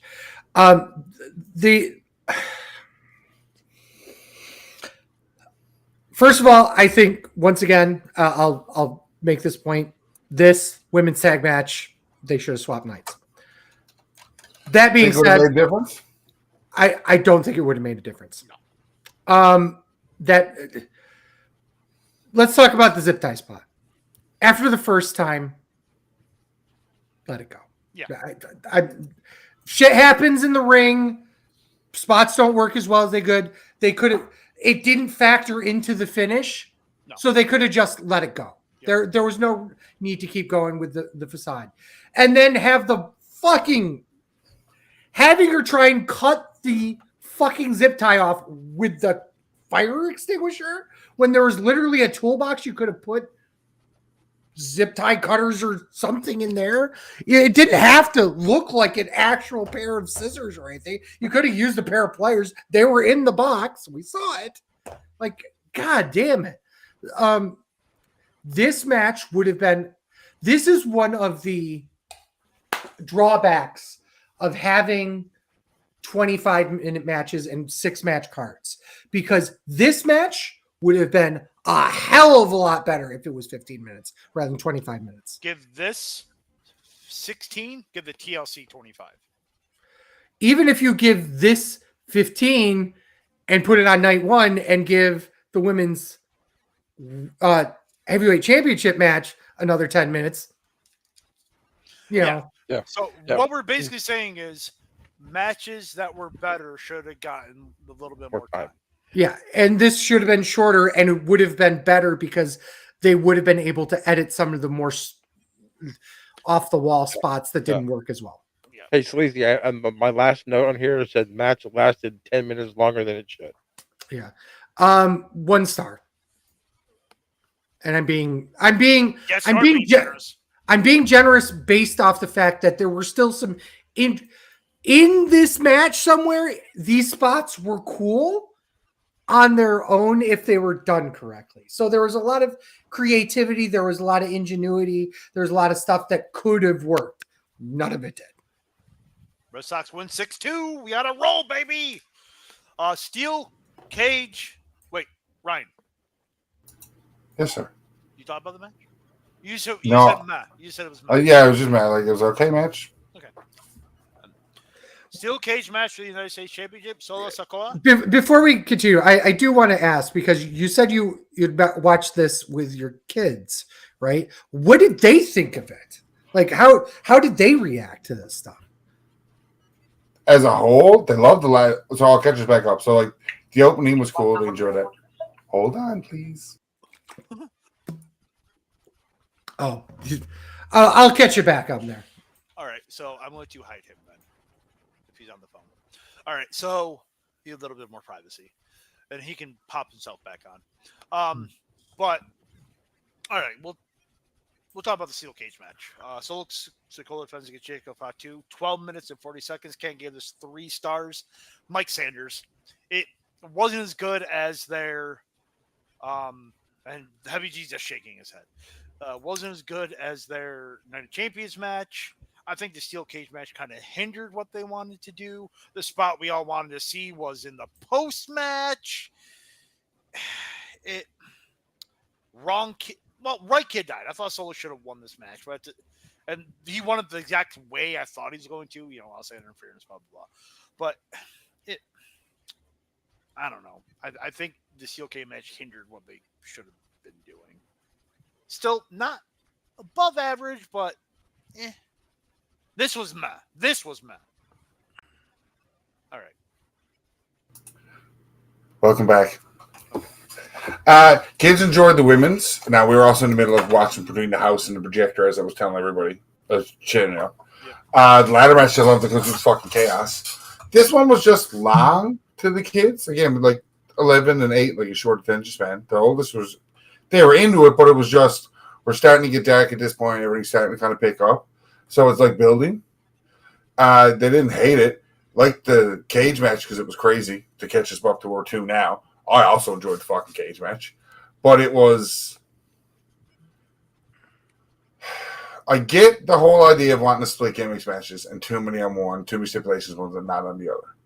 So, like, knowing the Street Fight is coming and the craziness of the fucking ladder match, this steel cage match was just like a regular match in my mind. Mm-hmm. Like, I don't know how to say it. This was a SummerSlam steel cage match for a title that didn't need the steel cage. Unlike one thing, we are not starting. Ago, we are fucking almost 2 hours into this cocksucking podcast. We are not fucking starting the 1994 steel cage fight. No, not tonight.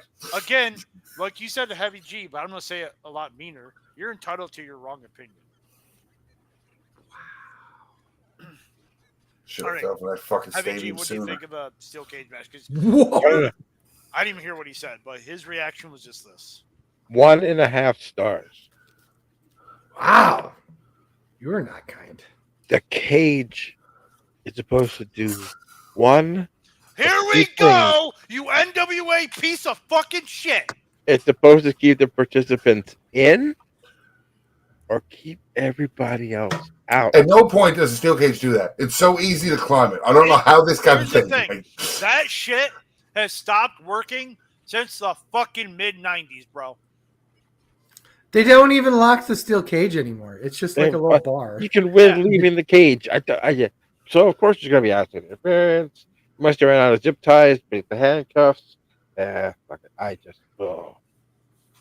Okay, you brought it up, so I'll hit on it right now. What the fuck were the handcuffs? Handcuffs. Wow. Handcuffs. Wow, Freudian slip there. The handcuffs. It was just to show Jacob's strength. That's it. That's it. Okay. Wasn't Say it, Jacob- say it. No. I want you to say it. Please say it. It was. Say it. It was because Jacob was in prison. No. That's not what he was fuck you, wanting. Racist. Sleazy, one word, 4 letters. I know you were going to say. You were about ready. That's not the word. That's not the word. That's so stupid that you're gonna get a shirt and put that on a shirt. It's Kane. gay. It's gotta be gay. It was Has the letters match? fucking goddamn dumb. Yay! He said it!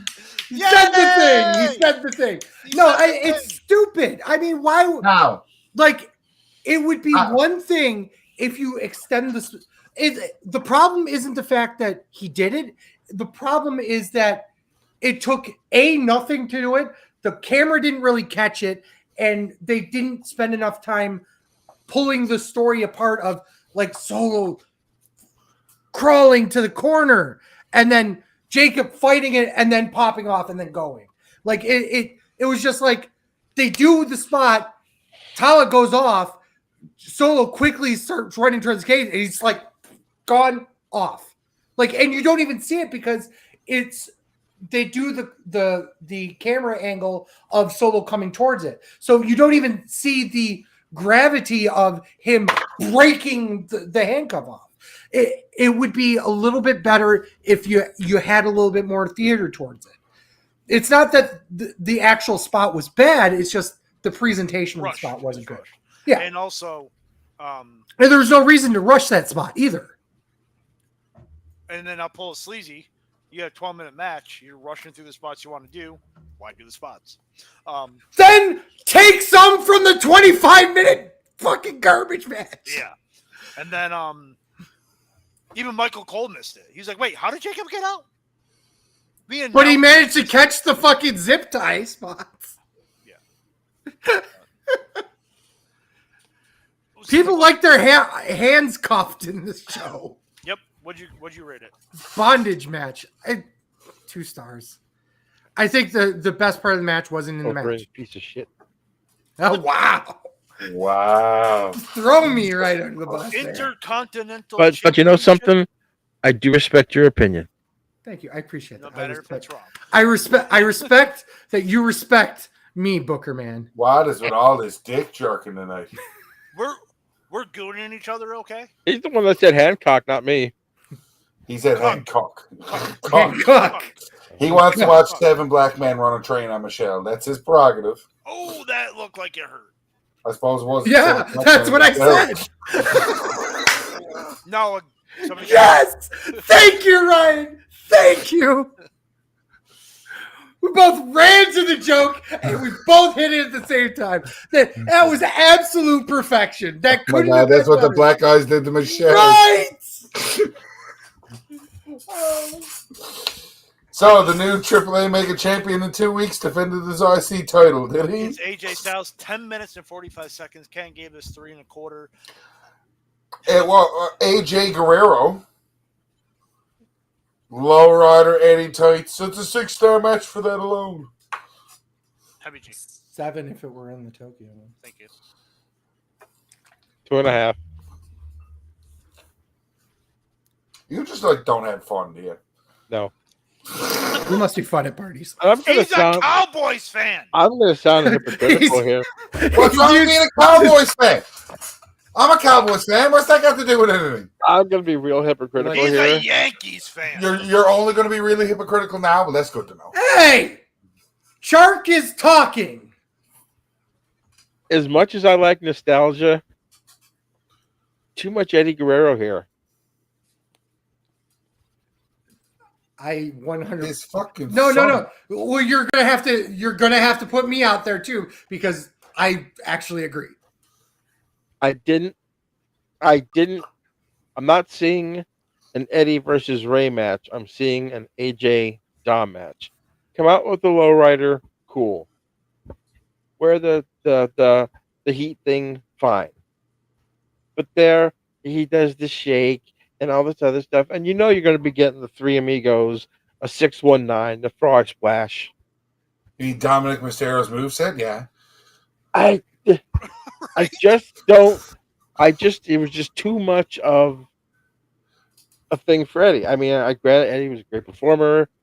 You know, we miss him and everything else. I just think it was too much Eddie. Other than that, I thought the match was great. I loved the transition into the first calf cutter, Dude. Calf crusher that he did when he was coming off the rope and he hit him with it. And why does AJ have to always seem to get nut shots in his matches? Because he's trying Shinsuke Nakamura. Yes. We were there live when Mr. Dick Punch 2000 happened. So, but 2.5. I actually liked the match because of all those aspects.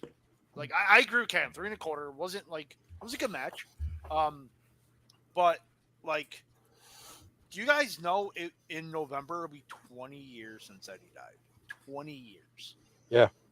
There are people on the roster that aren't even old enough that have never seen, weren't even born when he was Boing? working. Boing. Yeah. Boing. Boing. He was boing. Oh, yeah, no, if Eddie was alive, he would have boinged some of them. Mm-hmm.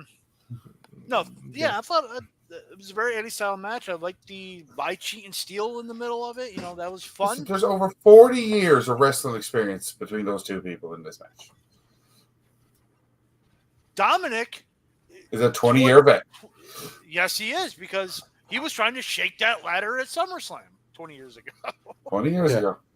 So he still can't shake it now. We can't. No, it was a fun match. It was just like the Jelly Roll match. It was a fun match. As a whole, it was better than the Jelly Roll tag match. Yeah. Is that how they put the roof on the War Games? Is that hang cranking shit? Yes. Yeah. This is why star ratings are bullshit. 3 stars. I took away from the match the same way it added to Fatman's experience. Yeah. So it's like, whatever. I think the boot thing was shoehorned in way too much. I thought it was a nice tribute, but I didn't think it needed to be in the match. I missed that. I also missed the chair shot, the chair spot where they put the chair around his neck. Really? I would say, yeah, that I liked the boot spot. I didn't think it should have involved the finish, though. If they had it in there and it didn't involve the finish, I would have been a little bit more happy with it. Didn't the boot spot go directly to the finish in Eddie's match with Angle? Yeah. Yeah, it did. Well, here's the other piece about that. When does a boot become...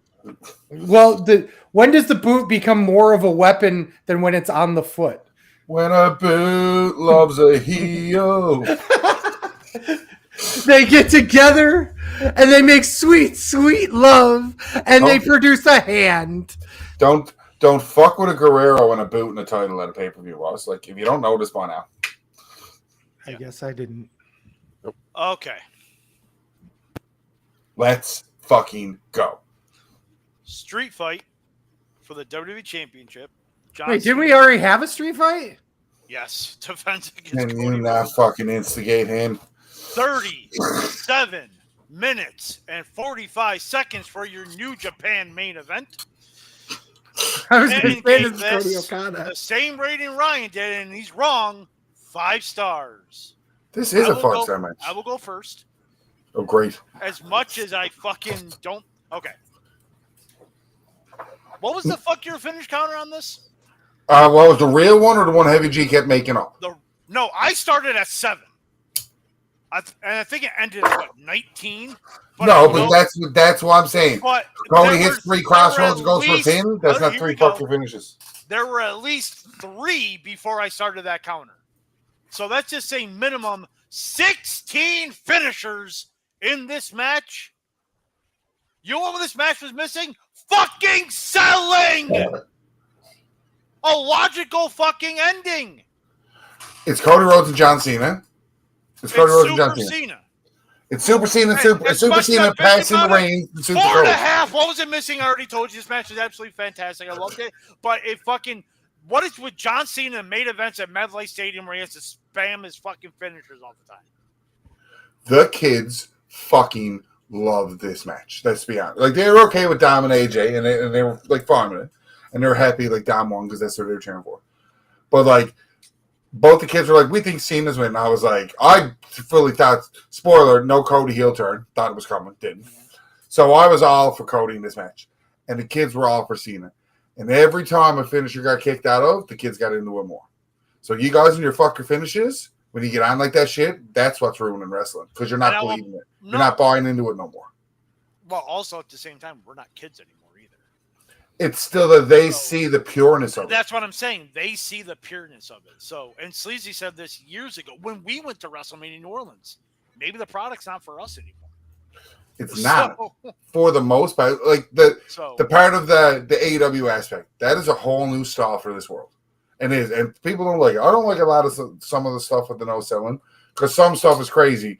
But if you look at the generation it is, every time they have a fucking mental aneurysm about fuck your finish, that's the style now. Don't care. That's what it is. Have a mental fucking aneurysm. At least 16 fucking finishers. At least no. Fuck you. Like Fatman with his mentee B right now. Right? Yeah. Look at him. I can feel the aneurysm right here. I can feel it. Don't get too close to Wayne from that 70s show. The match was fucking great. It's just too many WWE 2K spam finishers. Like, and it was just like every time someone kicked out, it's like. And on the aspect, I got every time somebody kicked out is more to the edge of your seat. If I were probably with like say younger kids, maybe I would like it more. But I was by myself in this chair watching it, going. Well, it's not just watching it, critiquing it. And the first couple of times, I'm like, yeah, okay. But you hit two AAs and then a super AA and you kick out. I literally threw my pencil and went, fuck you. It's the two Superman, dude. Superman versus Black Superman. And yes! I got to call Cody Black Superman. I love it. John Cena opened his SummerSlam career and closed his SummerSlam career. You are welcome for that, by the way. Yeah, fuck it. That was good. That was really, really good. Cody Raheem Rhodes. But again, I loved the match. I really did. It just too many finishers. Just too many. All right. I'm gonna go to Sleazy next. Here's the problem I have with say it's 5 or say why it's wrong. It's 4.5. What was it missing? I know. Can't be missing much. So it isn't. Here's the problem. Well, first of all, as soon as I saw the rope come off, I was like, Umaga spot. Awesome. 100%. I thought I love that winning when that happened. Me too. I was like, oh, he's gonna win it. There were multiple times where pinfalls were at 2. And this is why I'm making the point. And I'm just going to say that, and I'm going to leave it at that. When you have finisher spams like this that are getting near falls, and then you have shit like pile drivers, other things, no one's believing that that's finishing the match. So much so that you're not even getting the pop from the kick out. Yeah, that did happen. And that absolutely happened in this match. And that's the only reason why I bring it up, is that if you're going to make it special like that, that's what you need to do. But once again, as Ryan rightfully points out, is that when his kids are watching this and they're popping for every single time that they're kicking out of the finish,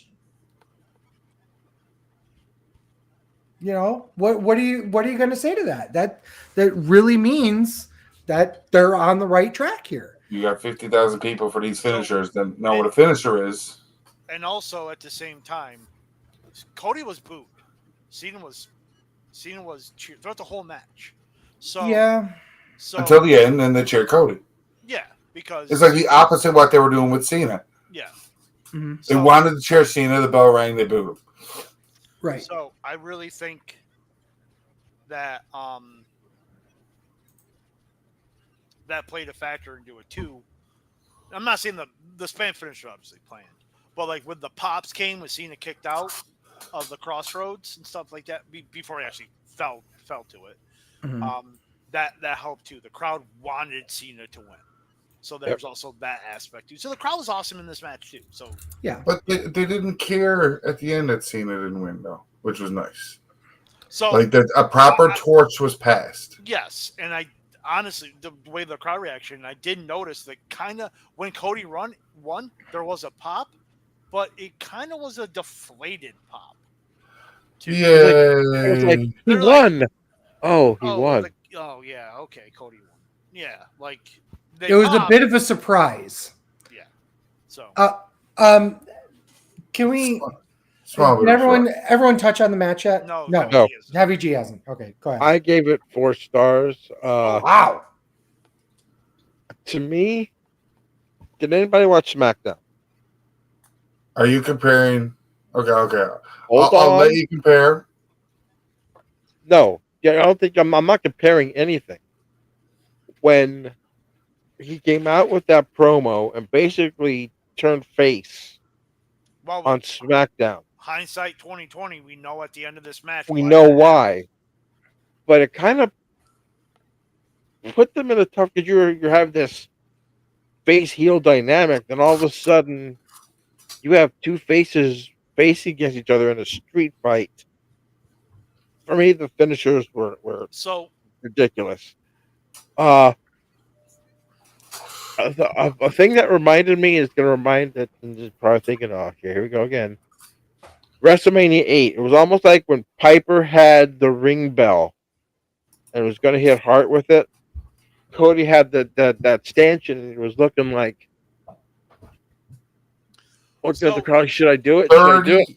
30 years difference in wrestling styles, Mon. You're trying to compare. Also, at the same time, the whole. But it's the same thing. It's the same thought process. It's not though, because the whole point of this feud was, will Cody go the extra mile? And he did. That was the whole point of the feud. And Cody, yes, Cena turned face, but also Cody was all like, I want the old John Cena at SummerSlam. He asked for it. He asked for it. Cena gave it to him. Right. And now I'm going to play the video because my last bit of news and rumors for the show is according to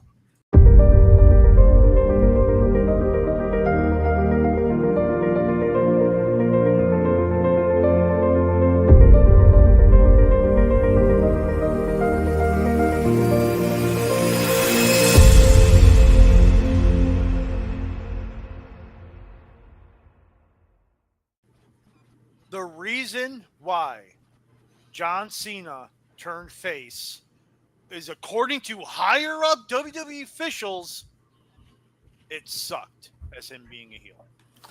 100% disagree, and I'll tell you why.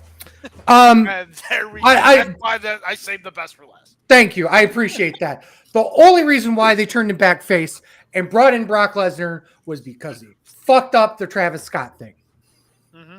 And Travis Scott didn't want to do what they wanted him to do. There's the reality of this. This entire heel run was hinging on the fact that they were planning on doing much more with Travis Scott and The Rock than they actually did. So when they got to SummerSlam, and that's part of the reason why I feel like the face turn was really rushed here, is that they're like, well, fuck, now we're definitely done here, because you take a look at what happened. The biggest determining thing for what I think this happened was what happened with WWE 2K25. Because in 2K25, there was a DLC pack that was supposed to have Travis Scott in it. And he got pulled. And it got pulled. And they finally gave up on it not that long ago and put somebody else in it as an alternative. And I feel like that they finally were like put the nail in the coffin within the last week or two. Because I believe they didn't book Cardi B for the second night because they were going to bring Travis Scott in. And if they were going to do that and have him be a part of this match. They were going to plan on doing something much more. Because of that, I believe that Brock Lesnar wasn't coming back immediately. I think he was probably going to come back like October, November, and then do what they're doing now. Match. Yes. I think they pulled the trigger earlier because they just got rid of this and they were quickly trying to pivot here. Mm-hmm. I believe. And Joe Hendry. Stop saying his name. He appears. I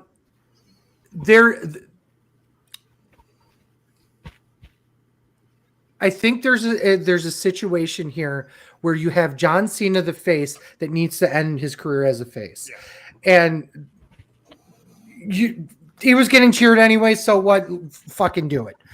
I think it was just one pivot after another. I guarantee you're going to hear stories about what actually happened months down the line of what happened in this run, and I guarantee you it's going to hinge on the fact that Travis Scott wasn't part of it. So another reason why I don't think Cody was turning. Well, again, plans change. Did you see Cody was crying at the end of that match? Yeah, Cody cries all the time. Yeah, he does. I saw that little bitch on Hot Ones. So what a bitch. Okay. But no, like, so when he started crying, I'm like, well, he's not. The Rock ain't coming down. Like, no. So I'm like, okay, so I guess they're just doing this angle just to do the angle. Cody wins the title back. Cena's face now, all's well, and then Lesnar's music hit. I'm like, what the fuck? Holy shit. Motherfucker's a draw. And here's the thing. I've heard people going, nobody, who in their right mind asked for Brock Lesnar? Nobody wanted Brock Lesnar back. And I commented, did you hear the fucking pop? On a show with John Cena, Cody Rhodes, and earlier B's ass. Roman Reigns. He got the Uso. biggest pop. He got the biggest pop. Yep. Without question. Rollins. He overshadowed Rollins' pop. Yeah. That's saying some shit. Because it's Brock fucking Lesnar, Yeah. boys. Yeah. Absolutely. Oh, you're not getting a fucking complaint out of me on this. Like, Oh, and I will sit here, and I'm going to say this. Here we go. This better be good. I don't know what people thought they were going to do with Brock Lesnar bringing him back when they're bitching and moaning about the fact that he might have been part of the Janelle Grant lawsuit thing. Because no, it might have been. He was mentioned. He was not just mentioned. He was a part. Like they were going to depose him and shit. Like that doesn't matter because at the end of the day, he's still a fucking like people are. He like, didn't shit on our head. She released a statement, which I've not seen yet. She made a comment of shitty about women's rights and all that kind of nonsense. Okay. Even though, from everything else I've seen, Lesnar said no to her.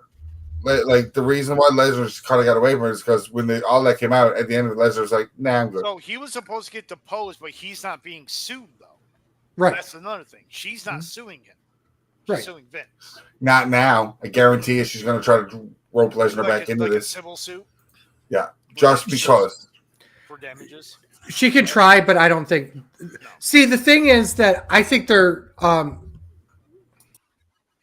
I think the problem is that they're close to kind of settling this all up, and this was just another like needle to try and garner up more support for her, and that's fine. That's what you do with politically charged cases like this, where if you want to get people on your side more and more, that's the kind of statement you put out. So I get that. I understand the reasoning behind it.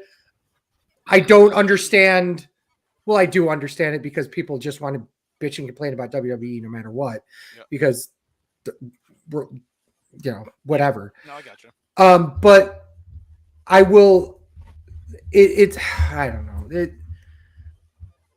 I'm glad that there's another major superstar back. It was a cool moment. Mm-hmm. Both nights of SummerSlam ended with shocks. I mean, people predicted the Rollins thing. Okay, fine, but nobody in their right mind had Brock Lesnar coming out. No, nobody did.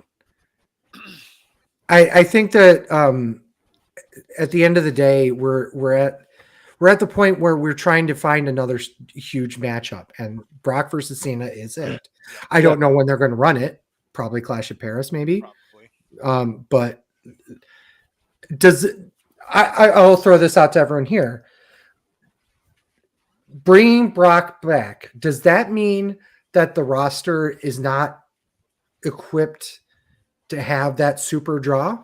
So I've heard conflicting reports that it was Cena who asked for Lesnar, and then Cena came out and said, "I didn't ask for Lesnar," but I think he's just being kayfabe. Mm-hmm. So, I think he wanted to have another match with Lesnar, and Triple H's like, okay, like if it was possible, like it was like, okay, no matter what the circumstances are, if we can bring him back, let's do it. And I think, this is. I honestly don't think that this was a last minute. Well, Sleazy maybe think it was a last minute thing. I don't think this was last minute. I think Brock was always the plan since Crown Jewel. I haven't fucking said that in forever. Right. Was Cena's last match. To be fair, I'm not claiming that Brock coming back was a last minute decision. I'm claiming the timing was. Okay. So I think this has been in the works and they just rushed it. Yeah, because they had to. I think they like she said, I think they rushed it because they had to. But about your comment about not having the main draw on the roster, that they had to bring back Brock, I just think they're just trying to do like the greatest hits for those last couple matches. I can see him going up against Orton. We already done it. I could see him going up against Already did Orton, already did Punk. They're doing Lesnar. There's only one other man, and he's not on the roster. Right. And that'll never happen. Which is unfortunate because I would have loved to see it. Yeah. You don't think they'll let you, as much as Tony Khan has a history of wrestling, you don't think he'll let him go for a one-off? No. I would say never say never. Never say never on that. Is it likely? No. So my thing is, I wouldn't be surprised if WWE reached out and said, "Hey, can we use Edge one time? It's for Cena's last thing. We'll do some cross thing with you on like All Out or Forbidden Door, which will be fucking perfect. Forbidden Door makes sense to me." Yeah. And I can see Tony Khan going, "You are going head to head against me. You want to get me out of business? So fuck you. I ain't fucking doing that." I think that's a work anyway, but that's always been my opinion on it. Yeah, you're drumming up support for your product. Yeah. Exactly. No, exactly. You're drumming up support for your supporters too, but yeah, that's the thing. That's what I'm saying. That's what you're saying. I get what you're saying. Yeah. But I'm also like, what actually is best for business is allowing Edge to come back for that one match. For one night. You can be AEW's Adam Copeland. You can promote AEW on WWE TV, even for a month to build that back up. Like, how great would that be for AEW? I would throw something else out there at you too. What else are they doing? Oh, TNA. Yeah. Do Edge and Christian. Just have them show up. Yeah, just have them show up. They don't have to even work. Oh, during the TLC match, they were all like, 2 of the 3 teams. So that's another reason why I'm like, I don't know this. That they're never gonna let that happen. Perhaps just Edge and Christian. All they could have done was say AEW stars Edge and Christian, or AEW stars Adam Copeland and Christian Cage. Yep. Adam, Edge, Copeland, Christian Cage. Just have them appear in the front row for fucking 20 seconds. Yep. But if they don't do that if they don't actually run that match back, I wouldn't be surprised if they're in the audience in Cena's last match. Oh yeah, that I can see. Yeah, if they're just showing on, they might be even showing on TV. Yeah, because let's be honest here, Cena's working December 31st, right? He's Like Yeah. he's done that before. yeah. His last match is what, Saturday Night's Main Event in Boston, If whatever. if he's When is that? I think it's mid-December. if he's in the I crowd, think it's before Christmas. wouldn't it be funny? Because tradition is going out looking at the lights. It'd be cool if he was in the audience. If he speared him one last time to cost him his match to lose his final match. That wouldn't be cool because they'll be setting up another match. Right. Yeah. So that wouldn't make any sense. The point of going out on Edge got his final comeuppance. He helped end Cena. Yeah, but the thing is, Cena's ended neither way. yeah, So but the other problem with that is that it does going out on your back isn't necessarily because of a comeuppance thing. It's to put over the next generation of talent. Yeah. So to have Edge help somebody do that doesn't give the rub to the next generation of talent. It gives the rub to Edge. Yeah, whatever. So here's one thing I do want to point out that we didn't actually talk about. We had this huge fucking street fight, 37 fucking minutes of all of this, right? Too long. All the spots, the multiple finishes, everything. These two motherfuckers walk around. Yeah, we had a stiff fucking run. You want to talk about not selling? Yeah. Yeah. I got to call that out a little bit. But yeah, the whole Cena thing is very interesting to me because I don't know where they're going to go after Lesnar. I was just going to pose the question: where do they go after? It has to be like the up and coming talent, right? He's done the greatest hits he possibly can. Now it has to be. Okay, then who? No, they didn't do Rollins. They didn't do Rollins. They can do Rollins. And with Rollins being the world heavyweight champion, they could definitely do that. I think you're going to laugh at me. Roman. There's one person that I believe that they'll run back and it'll be the last match because it makes the most sense. Gunther. I was just going to say Gunther. Because you just had him fucking jerk off Goldberg for his last match. Why wouldn't you put the second generation legend killer up against Cena? Yep. Yeah. That makes sense too. Yep. Oh, he just got hit right in the fucking knee. Oh. That looked bad. And then he sold it at least. So Sleazy, I know we're going almost past 2 hours here. Yeah, I know. I guess Sleazy and I might be going to Full Gear. Yeah, it's in the Prudential Center in Newark. Saturday, November 22nd. Yeah, I'm considering it. Let me just put. How much are tickets? They're not on sale yet. They go on sale the 25th. Yeah. We'll have an offline conversation about it and see if we can do a group trip up there. Yep. All right. This was 9-10 or 10-10. I was reading backwards. I'm dyslexic. Wow. I guess let's end this fucking. Yeah. Heavy G, put yourself over. It felt like 2 days. It did. Catch the Hall of Famer Fatman and I on the Best Darn Sports Show period 2 in a couple of weeks' time. Our NFL prediction show. Next week, isn't it? No, I thought we were going to do it in 2 weeks. We didn't do a show this week. We're doing it next week, aren't we? Are we going to do it next week? It's every other week. We didn't do a show this week, so. We weren't going to do a show the 1 week, and we had 2 shows. Oh, well, we didn't discuss this. I thought we were going to do one next week. We could talk college football next week real quick. All right, we'll talk college football next week. Then in 2 weeks, a week after that. A week after that, we will have our NFL prediction show.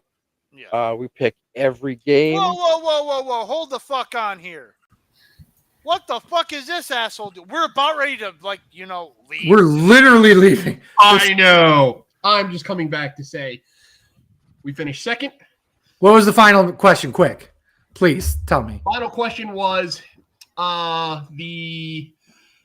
who was the first person to win the WWF title on Monday Night Raw? Ooh. We got this right.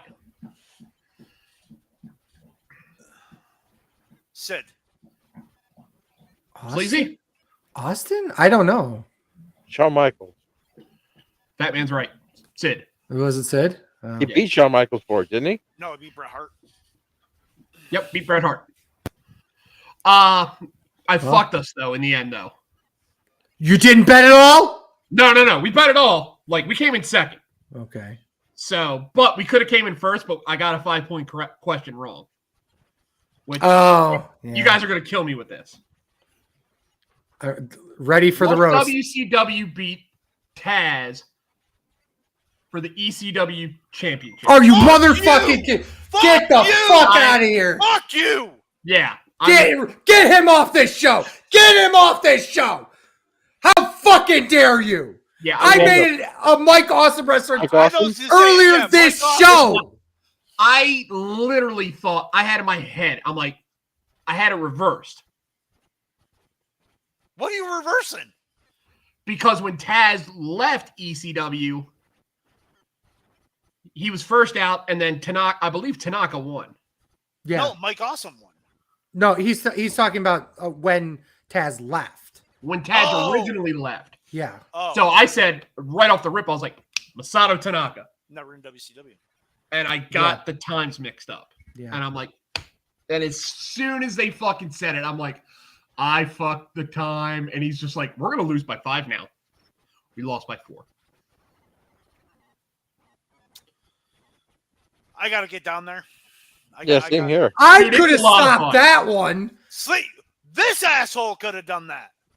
The guy who's the ECW guy. The ECW guy. There was a lot.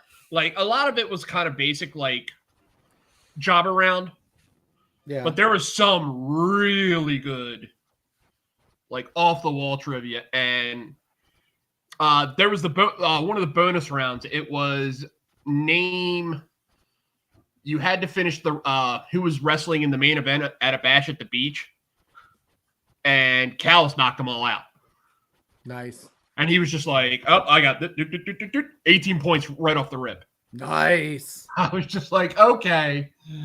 So you fucked us by Mike Awesome. Okay. Yeah. Fucked us. I guess Mike Awesome is still the fat chick thriller. Fat chick thriller. Oh my God. Come here. Come here. Come here. What? You can get on camera. Well, what I come home to. I love you. Del Fantasmo. El Fantasmo, who critically didn't beat Mike Awesome for the ECW title. Yeah. All right. Thank you. I was just coming to say hi. I knew you guys were signing off. I was just like, oh, let me hop on real quick. All right. Perfect. Thank you. Yep. At Legendary Deets on Twitter, come follow me and let's talk some shit. Follow Kevin J. Callis, Wrestle Trivia 1. Thank you very much. There you go. Wonderful. Gotta put him over. I'm at TW Sleazy, Fatman's, or X, Instagram, Threads, TikTok. Find us there. Full episodes, YouTube, Twitch. Search Sleazy and the Fat Man, or even go to thewrestlingshow.com. Our links are up there. You can watch us live on thewrestlingshow.com now because I finally managed to make that work.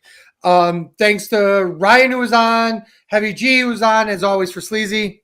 The Fat Man. This is the rest of go. Thank you guys so much for listening. Peace. No outro. This is going way too fucking long.